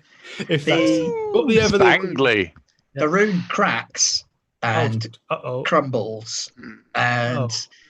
The next thing you know, Facile is stood there wearing the most elaborate, extravagant festival wear you could possibly imagine. Man, you are the tasteful blue. Sexiest ostrich I have ever seen. I feel right. Yeah, it's so you. It is just so you. That is a thing of beauty. bit concerned that the tablet just crumbled when I did that, though. Yeah, well, that's kind You of notice magic that the stuff for rune you. has transferred itself onto your clothing. Oh, it's like a transfer. Oh, wait a sec. I put my finger in my ear again. yeah, you Because forgot to do Astro has that told bit. me to do that, and I'm Yeah, going to keep doing that until something clicks and I realise it doesn't make any difference. And again, The Welsh close harmony rune. Yeah. And do I revert, and does the Yes. clay tablet return? No, the clay tablet does not return. The rune remains on your dressing gown, though. Oh, wow, you can turn it off. Okay. Well, yeah, it'd be rubbish magic if it was. Well, I guess it would be magic. Your dressing gown can now disguise itself as other types of clothing. Do you want to try it? Which is. Yeah, sure. Take off the gown. Yep. There you go. Okay. Can I put it on? What were the words? I don't know. Dragon talk. Okay, I'm going to try that. And I'm going to wish myself to look like a fancy dress elephant.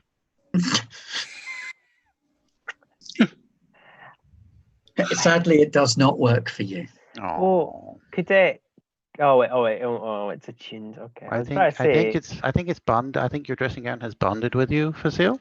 Because you could make him into a mascot outfit, and that would. Yeah, I will actually check this during downtime rather than doing it right now, because I'm not entirely sure I'm right suddenly. It should have charges, I would assume. I don't think it's just infinite. No, I think it's kind of infinite. Is it? Yeah. Well, no, but like it has to have a cooldown, surely, or is it just possibly? It could be that it's got a cooldown. It could be that it's attuned to an individual. All right. Well, we're just happy if it's tuned. Having just borrowed Fazile's dressing gown. Considering that it's a human-sized dressing gown, so on a gnome, it's just like a big kind of head. Yeah, you kind of look like a Jawa. See tomorrow's episode where I look like a Jawa. Okay. Moving on. Let's go and find Luca. Apologies. Oh, we gotta go. Right, she trades you a big box of fruit and wine you. in exchange for, what was it, 6 persimmons? We kept one back, so whatever those. 7 well, the guy had 2 of the 8, so you can just say he gave you 1, kept the other, or whatever. Or you took both off. It doesn't matter. All right, so you've got a persimmon left and whatever, and a big box of fruit. Yep, I've made note. Okay, we got snacks. Yeah, you got. I mean, there's enough there to qualify as provisions for a couple of days. Okay. Sorry, did my sound go wobbly for a minute there? I think I clipped No, you're all right. I clipped the off switch. No change. No, you're all good. Okay, right. Let's go find the boy, and then let's go see the elf. What was the boy doing? Just hanging. Buying some stuff and getting I just was preparing. Yeah, I was just preparing it. We can just meet. So you proudly come back with a small box of provisions to encounter them carrying an enormous crate full of fruit. Yeah. We've got stuff made out of grapes, and they're clean as well. Oh, well, how much did I spend? Like 5 hematite, or I don't really mind. Yeah, that's fine. I'm bleeding Lumo and Alice and Basum as well. And Bailey's on my shoulder. So the whole introduce all the animals to each other. Yeah. Menagerie in the house. Yeah, so I'm kind of holding 3 reins at once. I guess I would just, no, actually don't. Point, never tie a rein to anything on your body. That is how you get very hurt. So I'm holding them. Yes. And we returned Rashad the camel. Yes, he is with the family, the human family that's going to Mountain View. He's with the cactus flowers who are going to go back. Was it cactus flowers? Yeah, I think it was the cactus flowers that were going to Mountain View next. Yeah. But they agreed to take him back anyway. So we have Alice, Lumo, Bassoon. Yeah, and that's our mounts. Yeah, and Bailey and Grocket and Root. And whatever you summon on the fly. Yeah, and Facile and Greg and Luca and Astral. And every character that Ben plays. Are we heading over? Traders of one stripe or another. Yep, knowing our MO. Do you guys want to see the fortune teller before we head out? They've hit the. I'm all right. Oh, okay. Oh no, Greg, you should come and. Well, he doesn't have to if he doesn't want to. You can find out about the spear. Oh yeah, good point actually. Yeah, so we'll head over to this fortune teller. Obviously, I just bring the animals. Then I don't know, just kind of tie them to something so they don't wander off. Okay, so you head on over to the fortune teller's tent.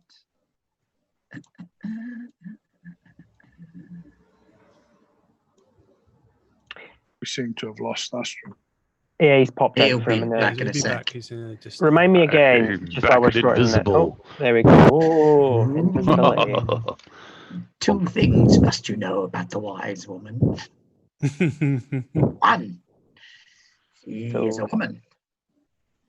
Oh. So there is nobody waiting outside the wise woman's tent to give you this helpful information.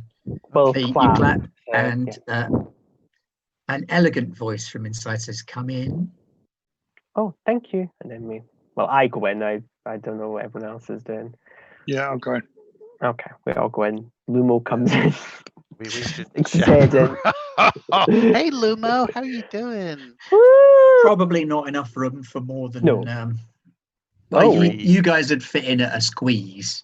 Oh, but there's definitely not room for the animals. No, of course. Especially not the elephant. Yeah, of course. He's not even fully grown yet, bless him. I know. He's not grown into his trunk yet. No, there wasn't an innuendo in there. They have to learn how to use their trunk.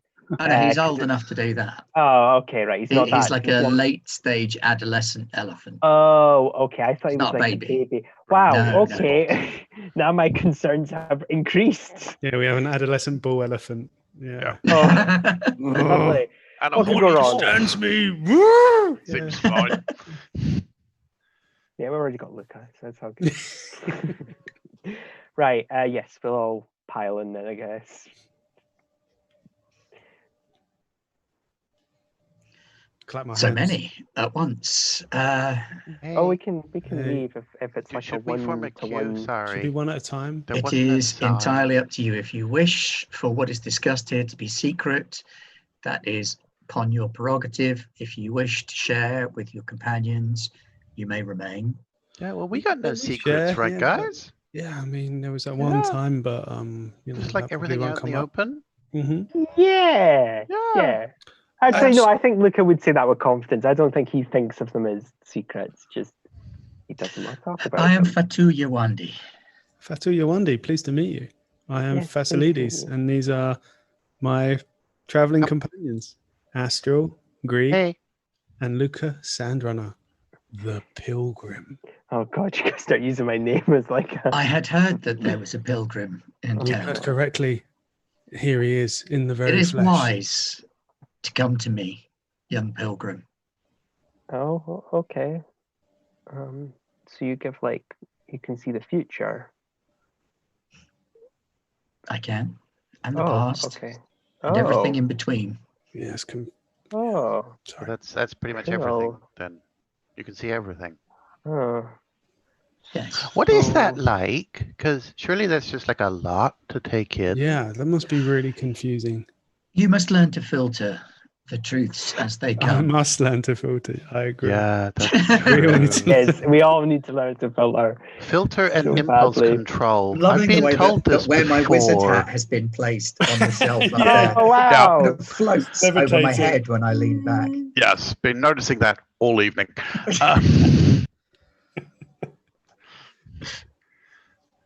So you can access all of that, but you don't have to see it all the time. It is easier if I direct the visions to find out things that are searched for.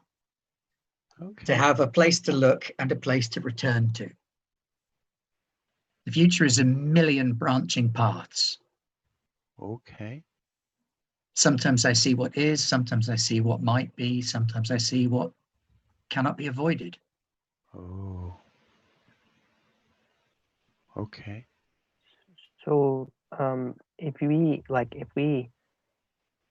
and Lucas, you can see the cogs turning his head. If you see our future, does that mean that that's what's going to happen? But if you don't see our future, does that mean it might not happen? If I see your future, you go towards it forearmed. You may avoid it altogether by knowing that it's there. You may blunder into it unwittingly, even though you were warned. You may find that it's a future you cannot escape. Oh, that's what I'm worried about. I think what she's saying is that there is no fate except what we make for ourselves, except when there is a fate that we didn't make for ourselves. There was a little bit of I think that's what she said there. Like, oh God, is Ben just gonna like? And Astral, you will be impaled upon 18 iron spikes, and then 90 episodes from now, he's going to be like, I remember the 90 spikes or the 18 spikes. I'm not going anywhere near any spikes ever again. Exactly. Yeah, no, I know. Okay. That's when you're walking across a bit of the desert and it collapses and you fall onto 18 spikes. Yeah. As I said, like 100 episodes from now, when we're like season, well, probably 2. Yeah, that's what I say. Yeah. And we've not even got into the temple yet. It's going to be my question to the wise woman. Are we ever going to make it to the great temple? So, how do you read the future? Do you just like look at us, or do you like I knew a lady that could read the future by looking at your palms? If you wish, I can read your palms. If you prefer, I have a ball of crystal that I can gaze into. I can read the cards. Cards. Yeah, I like the pictures. Or even tea. Oh, tea. Tea. What about a combination? Like, can we do tea and cards? Tea and cards. Yeah, each 4 of us get a different. Each of us gets a different form of just to really fuck with Ben. I can take multitudes. Yeah. Yeah, Ben, do a. You go first. What do you wish to see? Crystal ball.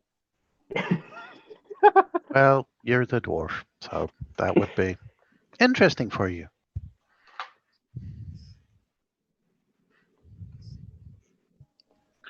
What we're supposed to choose something specifically we want to see. Choose what you wish to see and how you wish me to see it. Our near future, and I'd like you to use the crystal ball, please. Cross my palm with turquoise, and the future is yours. Oh dear. And she holds out a hand. Do we have any turquoise? Okay. Do we?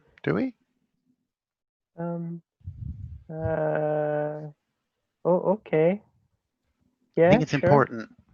Yeah. No. Yeah. I kind of zoomed out there. So, like, what we put our hands in. Oh, is it? I'm confused as well. I assumed we were each getting a separate fortune, and it was just going to be a load of. No, I know. Greg's just asked first. And she's asked for some turquoise, and now you appear to be having some kind of standoff. Oh, do you know what happened? When you said turquoise, I thought, that's a very mystical word. I forgot that's the currency. Well then, let's see how many fortunes we have in this.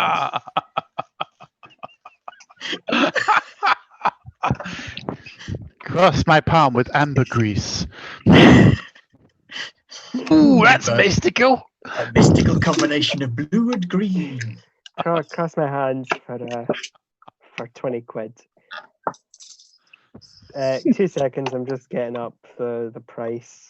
I like to think you're just looking at a really small purse. Yeah, no, he has a little. 1, yeah, 2. 1. So we have. Okay. That's what Luke is doing, but now he's got to check the spreadsheet. Yeah, I have a spreadsheet. Yeah. Okay. So how much turquoise is it per person? Just one. Just one. Okay. I had each of us one. Thank you. What about Grocket? Does Grocket get one? Grocket can have one as well if yeah, sure. We will not have enough money for every. We're going to die of starvation because we got our raccoon's fortune told. It was worth it. He just goes, and it's like, oh, you want to know what you're going to eat in the next 10 minutes? Well, probably one of those fruits in the bag. There we go. That's one turquoise spent real well. You appear to be wearing a pineapple. So I give everyone a piece of turquoise. Right. Tim, she shows you to a seat in front of her, and moves a crystal ball off the table on the side and sits it down in between the two of you. She reaches out either side of it with her hands out to you. Oh, I'll reach. Not she knowing takes what your I'm doing. hands and she takes hold of your hands and she gazes deep into the crystal ball. What's happening? Shh. You feel an eldritch sense of purpose settle over the room. And her eyes go kind of unfocused as she stares at the ball. The crystal itself has been chiseled from a single lump of rock quartz. It's been worn into a spherical shape very professionally. It's clearly good craftsmanship. It's been very well done. It's not transparent, but it is slightly translucent. And inside you can see the veins of the crystal slightly shift and move as you stare at them.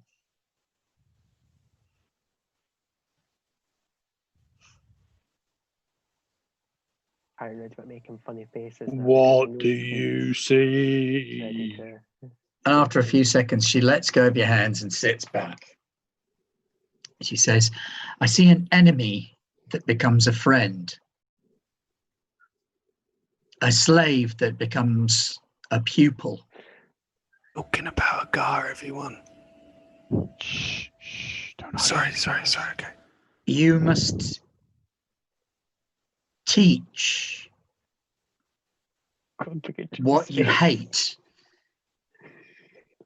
in order to win the war. Oh, that sounds nice. Just Greg going. Gonna pray on this. Great Oscars. No. Well, that's interesting. That is for you.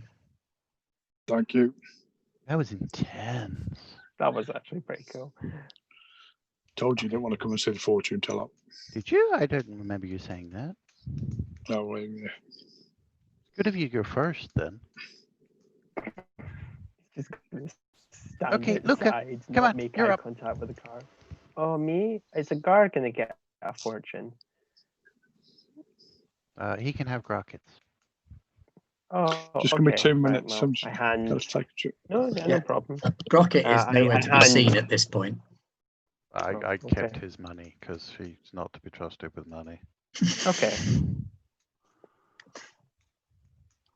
Okay. Yeah, Right, no, so I'm in there. Luca Yeah, okay. sits down. Okay. Yeah, we'll use the crystal ball. I like to think that Facile and I are just lounging at the back with our pipes. And she reaches out with her hands Quality entertainment. around the crystal ball. Okay. And Good nods for you. Take my hands, Pilgrim. Oh, yes. Sorry. There we are. I kind of don't like the touch, but I'm Not like, good oh, at okay. touching. And her eyes snap right back into her head. Oh boy! The second that you make contact with her Oh hands, boy! That's literally snap back into her head, showing only the whites of the underneath of her eyes, and her hair floats up and around her head in a big cloud. Is anyone else seeing this? And then in a voice that is very definitely not hers, and I really wish I had Safino's microphone right now, she says, beware the shrouded lady. The huntress of the Ashen Crescent stalks your path. And then she kind of slumps forward on the table. Are you okay? Huntress of the Ashen Crescent. See, that's why I wanted his microphone. Yes, of course. There's another pound saved. Paid for itself now. Paid for itself. I kind of like gently like touch her shoulder, like, are you okay? guys, I think she's out. Is she okay? Okay, I'm gonna rush forward and do some medicine. Do some medicine. Yeah. I actually think I have okay medicine. Wow, I do. It's one of my few good skills. It's not brilliant, but that's nature. Oh, you can. Yeah, I can use nature. You can use nature in place of medicine, can't you? Because you basically whip a couple of leaves off of the top of your leshy and wedge them up her nose or something, and it fixes her. Yeah. Or she has clearly had quite a traumatic experience and I have a feeling has fainted. She's not injured, but she is very, very tired and drained from having experience. Should have gone last, honestly. Yeah. Oh well. Do you want some tea? Yeah, maybe? let's give her some tea. And then maybe... No, I cannot look at tea right now. No, just for drinking, like a cup of tea. I can't just drink a cup of tea. Okay, all right, sorry. Okay, what about It coffee? is We could do coffee. my curse. We have some Do you want a grape banana? juice. What about that? We've got a banana's passion really good. If you're like low on energy, a Please, banana. I must rest. I will have to ask you to leave. I'm sorry. Okay. Okay, well, here's my turquoise for your troll. Yes, I was about to say that. About that. No, you don't please, need to. We didn't know this would happen. I thank you, Fine. but I must rest now. Okay. Luke, hi Greg. Luca broke the seeing lady. How? Not quite sure. I didn't mean to. I'm sorry. I didn't. Do I know anything about the shrouded lady? From my history in the Ashen Crescent. Actually, would I know that? Because it sounds like a legendy thing. It's not a local legend though. Oh, shit. It's more of a urban legend. Urban legend. And that has double connotations. And the Ashen lady left her hook on the back seat of the car. That's what I'm saying. I'm trying to think what sort of role. Make a flat intelligence roll. Oh God. I'll do that. That'll be fun, actually. No, just astral. Can I not do underworld? Would it not be that? Can I not? No. Society. Not underworld. No. Well, I think maybe society. Okay, I'll take society because at least then I get +2. Well, I'm being stalked. That's never good. I got 16 again. I'm being very consistent. She is a myth. A legend that they tell in the South. Supposedly a lethal assassin who works for the 5 cities. No one's ever seen her and come back alive. People have seen her, but of course people have seen her, but no one's ever seen her face. All they've ever seen is this shrouded and hooded figure who kills from a great distance and then vanishes. No one who's confronted her has ever survived. Okay. I won't mention this to Luca. I'll just be there going, oh, I know. Nothing. Do you know something? Nothing. Oh. Well, I know pineapples. I'm a bit scared. Like, no, it's fine. Is it? It's like a bedtime story. Don't worry about it. Oh, okay. But she looks pretty. I mean, the fortune teller's pretty distressed. I mean, no, she's just really tired. It's okay. She's kind of ushering you out of the tent. Yeah, we should go. Politely standing with one hand still on the table. Yeah, we'll leave. We'll leave. And as you leave, she sort of staggers out the back of the front part of the tent to her sleeping area. Okay, bye-bye. Thank you. We're sorry. Oh, man. I think we should get going. Yeah. Okay, no more soothsayers for you, Luca. Okay. Right. Okay, so Greek, elephant. Hey, Lumo, how are you? Well, I can actually talk to the elephant. Yeah, but all he can say is like, yes, Fine. Like I have a long nose. If it's all right with you, I'll just walk. Oh, that's very holy of you. Yeah. Luma, what's your opinion on the great ash cars? Grass. Oh, okay. Well, desert grass. Wow, that's pretty deep. Pineapple. So who's going to ride on the elephant then? That would be me. Okay. Yeah. Who wants the lizard? Bassoon? Yeah, I was about to say, can I fit on Bassoon? Yeah, I thought it was like a... I'd be Greg if you want to ride Bassoon, because I don't think I can. No. Right, so you're heading out. Yeah. I'm happy to walk. Can I fit on Bassoon? I assumed that. You assume Bassoon? Yeah, Bassoon is like a dewback from Star Wars, or that weird shaggy lizard thing from the Stargate film. Yeah, it's a big lizard. I know it's a big lizard, but the way it was framed when we got him was kind of like, oh yeah, no, your gnome friend can fit on him that's because we were putting all of our stuff. Yeah, we had like a little tent on top of Bassoon. Yeah. Now that we have an elephant. See, it solved all our problems. Yeah. I think we should leave the little howdah on the back of Bassoon though, because Luca needs like sun shade. Yes, I have no. There is a little howdah on the elephant as well. Oh, check it out. Come on, Lumo. In style. So is Greg the only one that's walking? Charge. You're stuck with me again, Alice, though. Just you and I. Oh, there's a guard. And Alice looks at me. And goes in my face. In your face. Again. And then free time. And all astral hears from Alice is pineapple when they're just staring at this big bag of fruit that we've brought them. Yeah, I'm going to keep that on the elephant, I think. That's what Lumo was saying as well. Ooh, persimmon. Yeah, yes, there's a fat raccoon sat in the fruit box. I knew that was going to happen. Bottle of wine. No, he couldn't get it open. Good. Even with his little hands. He's there with the knife.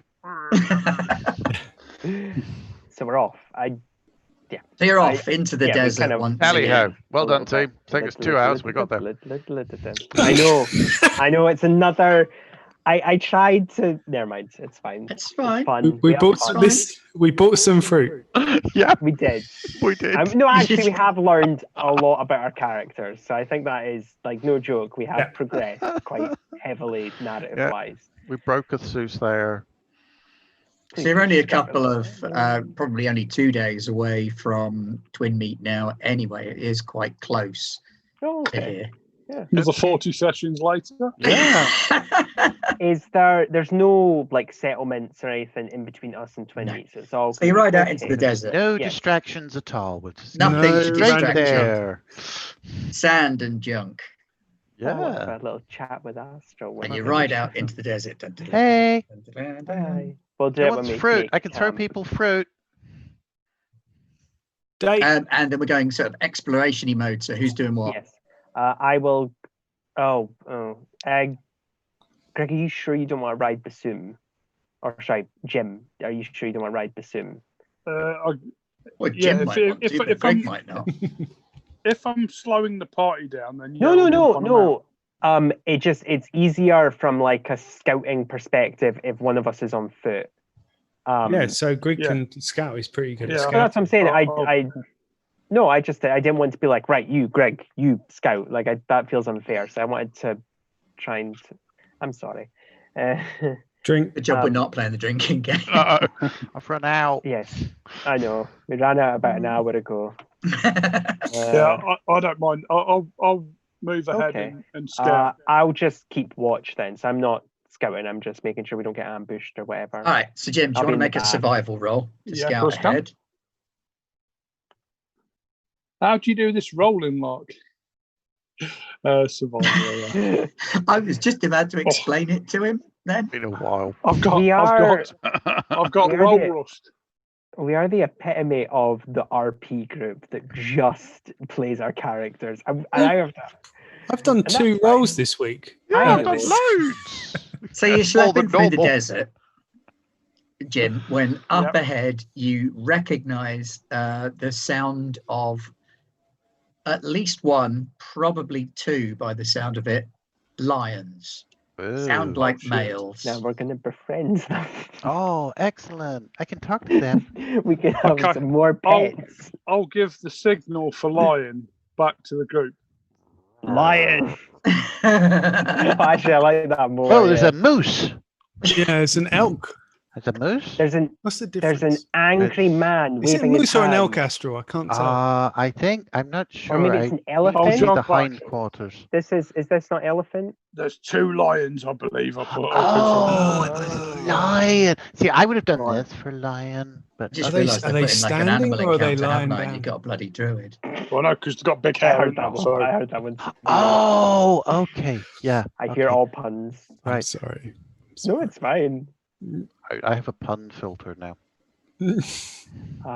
Yeah, I presume announcement here. If you do become a patron of Garblag Games, you can obtain the pun filter, and it will. Yeah, it's really worth it. I recommend it. It's gold level, but You also- really, it is It's worth only it. £7 a month, but And if you it become- filters out all puns. If you It get to does the mean highest, you miss about 70% of the content. if you get to the highest tier patrons, you can actually remove all of our bullshit, which case, means that you there's get 120 120 minutes content. long and consist of me going, "Hello and welcome to,"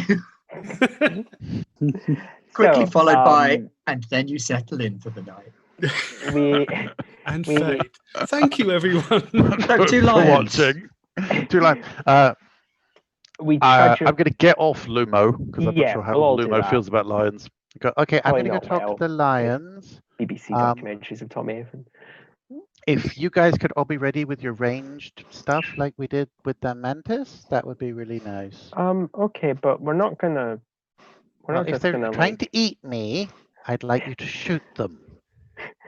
Okay? Okay. Yes. Okay. Yeah. That's the plan.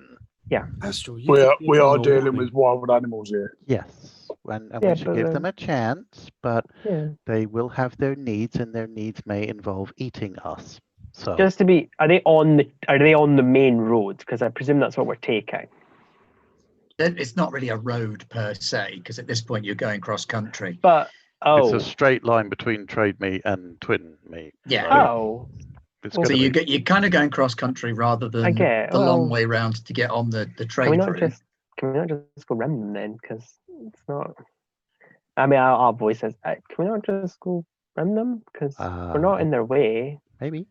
Well, how about the poor merchants who come this way next time? Yeah, they're going to get eaten. They might not see them. I'm going to go talk to them. Right, Astro, make a nature check when you get up close. What you can see is 2 male lions circling one another aggressively. Oh, we should probably leave them to it. It looks like a power struggle. What you've got is one clearly older male lion who's fighting to defend his territory and his pride, and a younger male who's come in to sort of steal said territory and pride, and the 2 of them are right up against one another. Okay, so this is just a thing of nature. It is a thing of nature, but as Greg has pointed out, if there are lions nearby, are they a known quantity? What are they going to do? The old male might be smart enough to persuade his pride to stay away from humans, but the young male's got stuff to prove. Okay.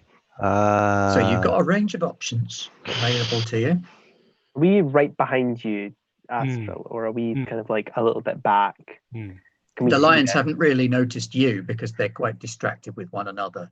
At the minute they're in the posturing phase. Very distracted.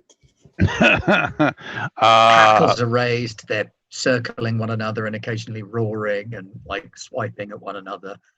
I'd like to stay hidden. How big are lions? Big enough. They're medium, aren't they? They're pretty big. Yeah. Okay. I have ideas. So, tactically, I might even scuttle back and go, okay, so like there's 2 lions, and there's like an old lion who's probably been around here for a while and has learned not to go near people. and there's a new one who's probably going to be all pushy and eaty and bitey. So I'm gonna stay up there all stealthy, and when they actually get down to fighting, because at the moment they're just doing posturing and stuff, then I'm gonna do what I can magically to see if I can get the old one to win.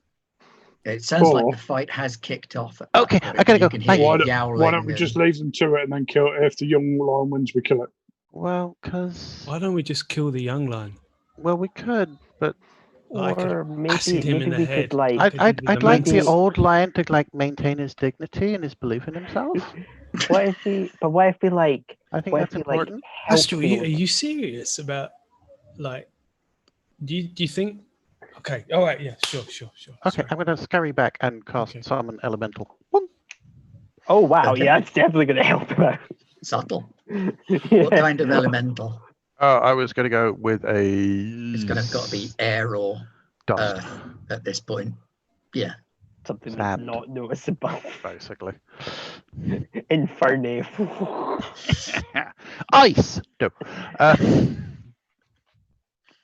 Boy, he'd be a summon an ice elemental. I'm going to make you sing the song from Frozen that the snowman does. There we go. No, I think it's what Frozen things do in summer. In summer.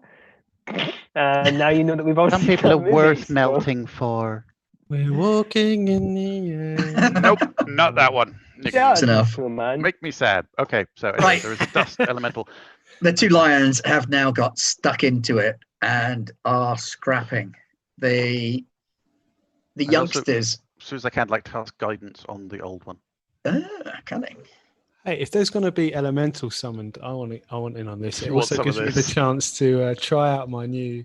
Oh yeah, a random animal just appears. Go for something random. So I should say that I made a table for Facile, which is terrible. No, it's amazing. That's not what he said. I know.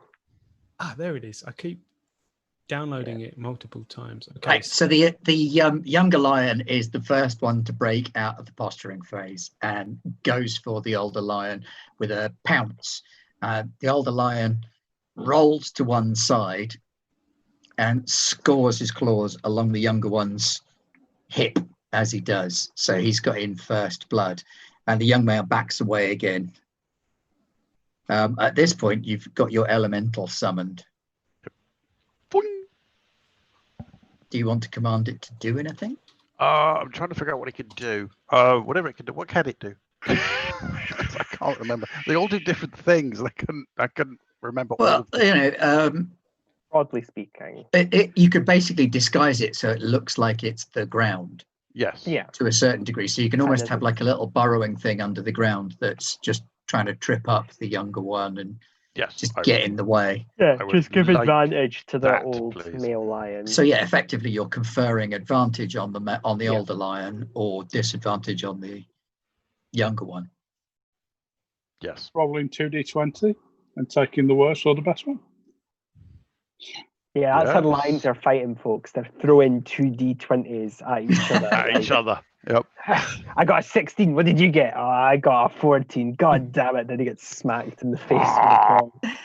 So yeah, the lions fight, and the older lion clearly has the upper hand. Surprisingly, what with the magical effects of a druid stood next by going, with the guidance, mate. Cheating. Elemental fighting for you. Gotta keep this one quiet. Cast summon Fae. Can I do that? Yep. Yeah. Okay. Here comes 12. And by the way, they're all rubbish. 3. 3 is okay. So I'm either summoning. It's going to be land or air. Yeah, it's not water. We have either dog or winged dog. So winged dog. It's just a dog or wings. Winged dog. So. You're just going to distract the fight now. Sorry. It's just I summon a Fae dog. Okay. So Facile mumbles the words of power, projects his hands forward, and then a portal opens to the Feywild, and through it steps, a Labrador. It's a very noble-looking Labrador with slightly more angular features than your regular kind. He turns to look at me like, "What shall I do, Master?" And I think, "Oh, I don't want to send him up against like two giants fighting." So I just say, "Stay back, boys." Stay back. Thanks for coming. I like the idea that you have the same fae and it's looking at itself going, are you ever going to turn me into something impressive? You've turned me into a giant, a scorpion, a giant centipede, a catfish, a dog. Oh, see, what about your sand squid? Oh, that's no, familiar. He's just in my pocket at all Do you times. think this works a little bit like being a Green Lantern? Yeah. The only limits are your imagination. What do you use your mighty imagination? That's fist. I was limited to I resemble that creatures remark. below first level or level 1. So it's like like the highest thing. No, I know. It's funny. I was like, okay, what kind of cool animals can I get? Oh boy, it's slim pickings. A bird. There's a dog. Baby honey badger. Yeah. 8 kobolds in a suit. 20 ants. In the meantime, the scrap has been raging between these two lions, and the older lion has clearly got the upper hand. So the young lion backs off and slinks away into the desert, dripping a little bit of blood behind him. The Labrador barks. Oh God! Just does that after, and stay out. The older lion pads around the place, looking around a little bit and sniffing. Let me see. So actually, roll your stealth first. Astral? And then the lion eats Astral. Well, I might have to talk to it. Unlikely, but we will see. Sorry. I'm quite happy with that. None of us know what Astral is. It's invisible right now. I'm sure that Astral knows where Astral is. You hear him giggling. It does actually detect Astral and kind of head towards you, and it sort of stands up on that broken log here and looks down. Oh, hang on, I have to move Astral up to where. Why can't I? Oh, because I'm on the wrong layer of the map. Oh, clever me. So he's naffed off. And he comes and stands up here, kind of looks down on you. Hey.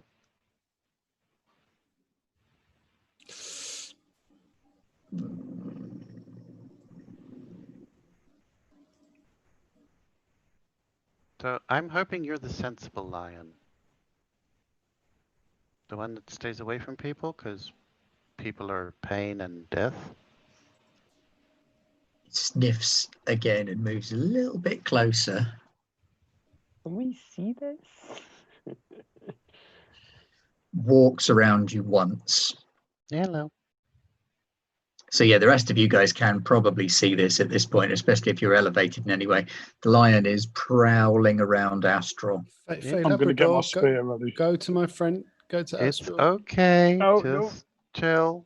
So Astral, you've got a Fey Labrador next to you. Oh, hello. Yeah, that's probably going to stir the pot. That's probably not going to help. Takes one look at this sort of Fey Labrador and sniffs it. But when the dog doesn't take any aggressive action, the lion kind of slinks off into the desert. Looking at the lion with these big eyes, like. Okay, bye. Well, it bye, smells Mr. wrong, doesn't it? Lion. Because it's not a real. Yeah, it smells real. Like, what is that? Even the Fey Labrador is going, oh, you've got to be fucking kidding me. This body up against that, I am not. What the hell? And yeah, the lion naffs off into the desert. Okay. And that's our battle for the game, folks. Yeah. Stay away from people. Level 4. Sorry. No, it's fine. I like it. Guess we get back on our mounts then. Yeah. Okay, guys. Are you okay, Astral? Yeah, I'm fine. Whoever's scouting, just keep an eye out for the young one, because he was wounded and he might be a bit aggressive. So. Oh, okay. Well, that's Greg on that. Yeah. Right. So you make camp that night. We should be fine. Who's on what watch? I'll go first. Okay. Second. Third. fourth. Agar can go last. I think. Does Agar have dark vision? Yeah, it's only. Is it not? I think it's only humans that don't have dark vision. Yeah, so he should take. Probably Lucas should take the morning watch. And I'll take first watch. Yeah. Makes more sense. Although it'll be dark by the time we do first watch anyway, so. By the time we get there. My watch is basically me looking at the fire going, hope no one comes and attacks us. But bearing in mind, perception is hearing as well, and it's smell. So. Also, dancing lights is a cantrip. That's true. That I can set up some globes and wake up. Oh, for Seal's on watch, there's like 5 floodlights. Oh, man. Whoa. Oh, when he's using thaumaturgy to play his young people music. All right, make a perception check then for Seal. Okay. Disadvantage for raving. I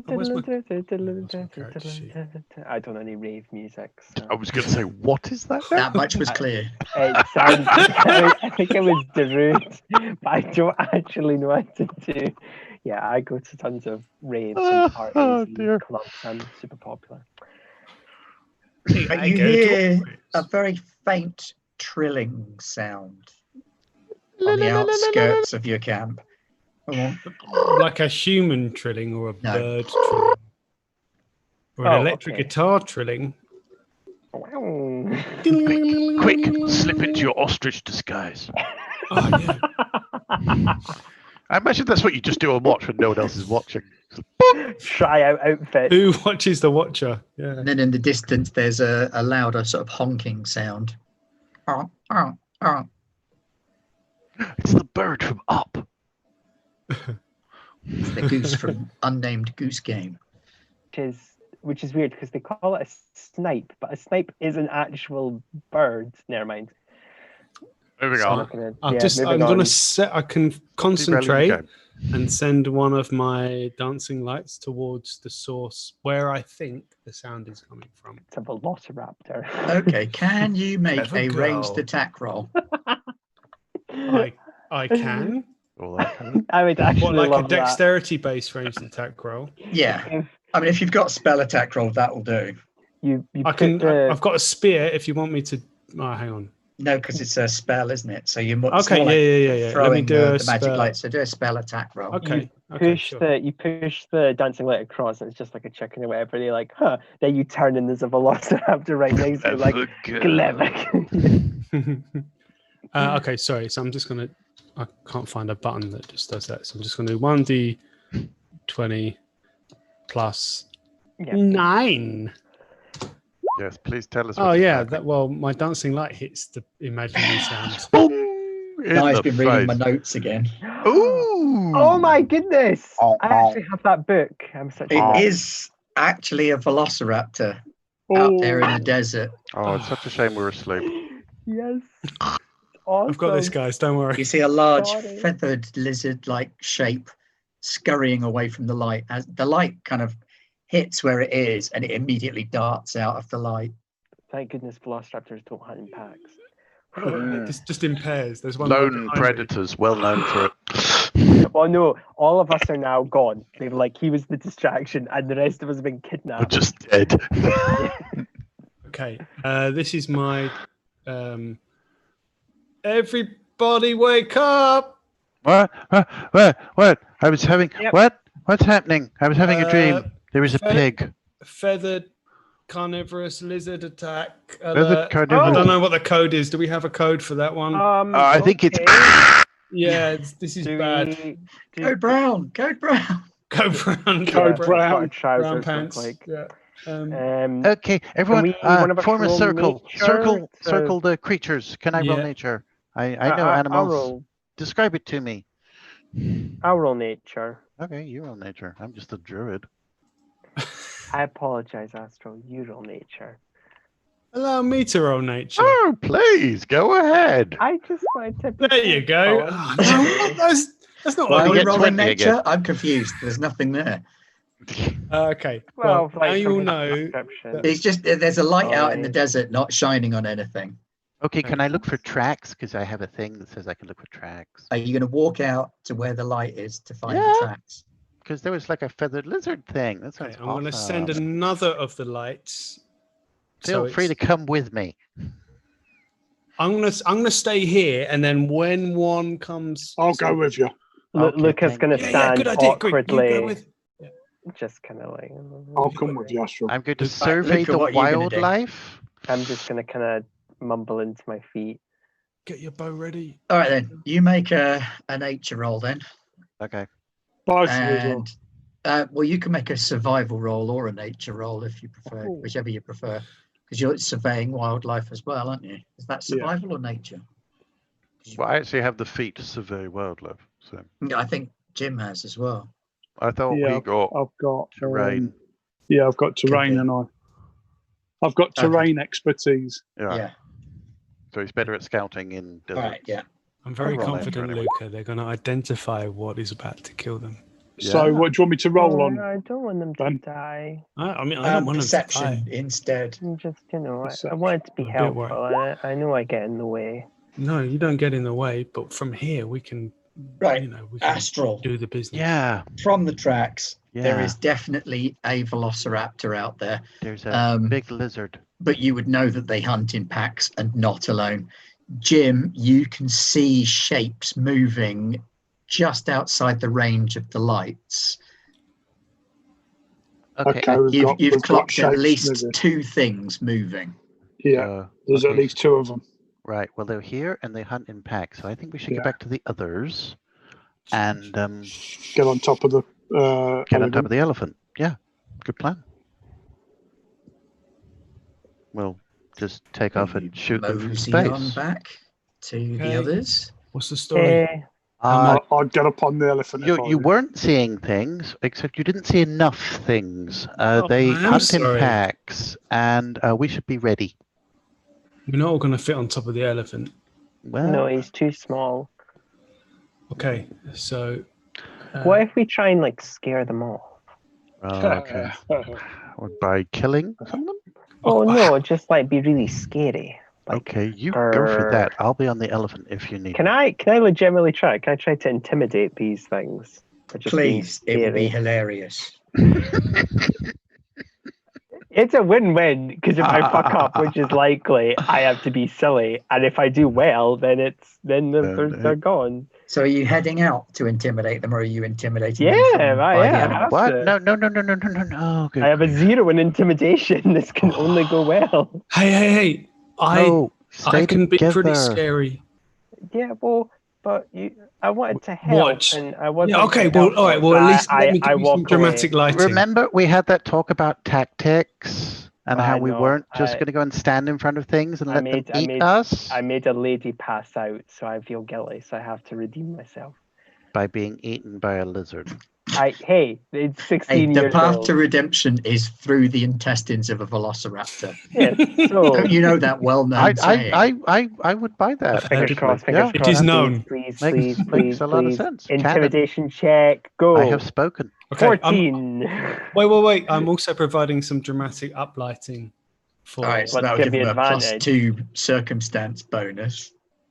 So that's really scary. 16. So 16 to intimidate a pack of velociraptors. Yeah, and I've stepped away from the group. Can I add that I possess the group coercion feat? So maybe my dancing light intimidation is really, really intimidating when it's... No, okay, maybe not. Okay. So Luca, what are you going to do to try and intimidate velociraptors? Make yourself seem really big. I want to do something. There's a silly option, a smart option, and a really stupid option. Really? Oh, really stupid. Okay. Yeah, I want to go for the really stupid. Oh, it's tricky now. I am going to take. I'm going to take the sheath. I'm going to take my sheath sword off, and I'm going to throw it to the sides. I'm going to take my bow off and my arrows, and I'm going to put them down. No, this is a striptease. No, and then I'm going to walk forward towards the darkness. Why do we let him do this? We don't. Oh, fuck. Okay, and I'm going to say... You see a shape in the darkness. You can just about make it out on the edge of the light. Luca, would you like to come back, please? I say to it, it's like, look, we mean you no harm. Oh, but if you hurt us, we'll have to hurt you. So I'm coming to you unarmed. Okay? Oh my God. Oh, Yeah. shit. We did talk about this, didn't we? It was the stupid. Yes, we did talk about this. But Luca. I am impulsive. No, it's okay, guys. They've not attacked me. And the one in front of you hasn't attacked you. It's true. It's tilted its head to one side and gone. Oh, here we pull go. out, like, Then it Jurassic action. Park. And then we'll end the session there. Oh. And remember, folks, I'm completely unarmed. Why though? Why? Well, Raptor's going to go, wait, he hasn't got a bow. He comes in peace. Oh, we will leave him alone. His intelligence Let's hear what he has to say first before we eat him. Give us the tasty steak beast with the long nose. As we have been discussing, I have a 10 in intelligence. I'm basically 10 is like an average human being. You underestimate. But we've all seen Jurassic Park, and everybody underestimates the velociraptors in there. I think Luca is stupid enough to think that's the right decision. And enough time has passed. It's fine. I've got priceless. tons of HP. I'm going to intimidate the velociraptor. I come in peace and unarmed. That's really intimidating. Here's my intimidation tactic. I'm your friend and I have no weapons. Please hug me. Okay, now run away. That's what the one on the side will be doing in the start of the next session at speed. That still feels like he set a bad example. So that's just fantastic timing, really, to end the session there. Thank you so much for joining us once again for Path of the Pilgrim. I swear to you, they will be at Twin Meet in the next session. Or dead. As long as they live. Session at the very least. You guys are fine. I'll be fine. It's all going to be fine. It'll be fine. Yeah. It'll all be fine. We're on an elephant. You're going to get eaten. I'll be fine. I soaked up like how many attacks from a giant. How many times did we have to resurrect you? Once. I mean, not actually resurrect, because that's an actual thing. So join us next week for more Path of the Pilgrim, where we will find out how Luca's conversation with the Velociraptor went. Join us as well tomorrow for the first gaming session of Mutant Year Zero, this grey, unpleasant land. A team of 4 mutants venturing out into the zone around their ark to try and find stuff to help their people survive. Pigs! Thursday, we have our Alien RPG LV832. You should absolutely look up the book of Leviticus and find out what passage 832 is, because that's what the LV at the start of all of the LVs in Aliens pertains to. The one about I know, right? Little known fact. Pretty cool. Why would you name your spaceship after that? Why would you do that? It's the one about tilling soil. While you're out there, please lie with an animal. No, okay. Check out our various Patreons, Discords, Ko-Fis. Oh, Itch! I'm on Itch now. Yeah, I've got an adventure up on Itch, which is very exciting. Itch.io, Builder of Worlds, and there's a little game up there, the long-awaited Quest for Sausages game, which has actually sold some copies. I was amazed and impressed. Yeah, and enjoyed, which was wonderful. Yeah. And if you enjoy the game, you can also buy. Yeah, as Ben said he has a Ko-fi. How do you say it? Ko-fi? I don't know. I think it's coffee. It looks coffee. It's coffee. Ko-fi. Yeah. I always thought. Yeah, you can like a nan. And all of our money is reinvested. You're thinking of a pun there, aren't you? The channel and the shows, mostly in the form of upgrades and gaming books that our respective partners can't complain about. You bought another role-playing book. No, I didn't. No, the channel did. Purchased through the channel using the funds provided by our viewers. Damn, I can't be angry about that. Yeah, but that's us for now. Come on over to our Discord, over 200 people, lots of conversations going on. Imagine people are not going to have pleasant words to say to me when this behind the scenes, behind the curtain, but that's fine. Yeah, we need to say goodbye so we can all shout at night. That's time to go and shout at night in the after party. In the dressing room. Yeah. Green room time.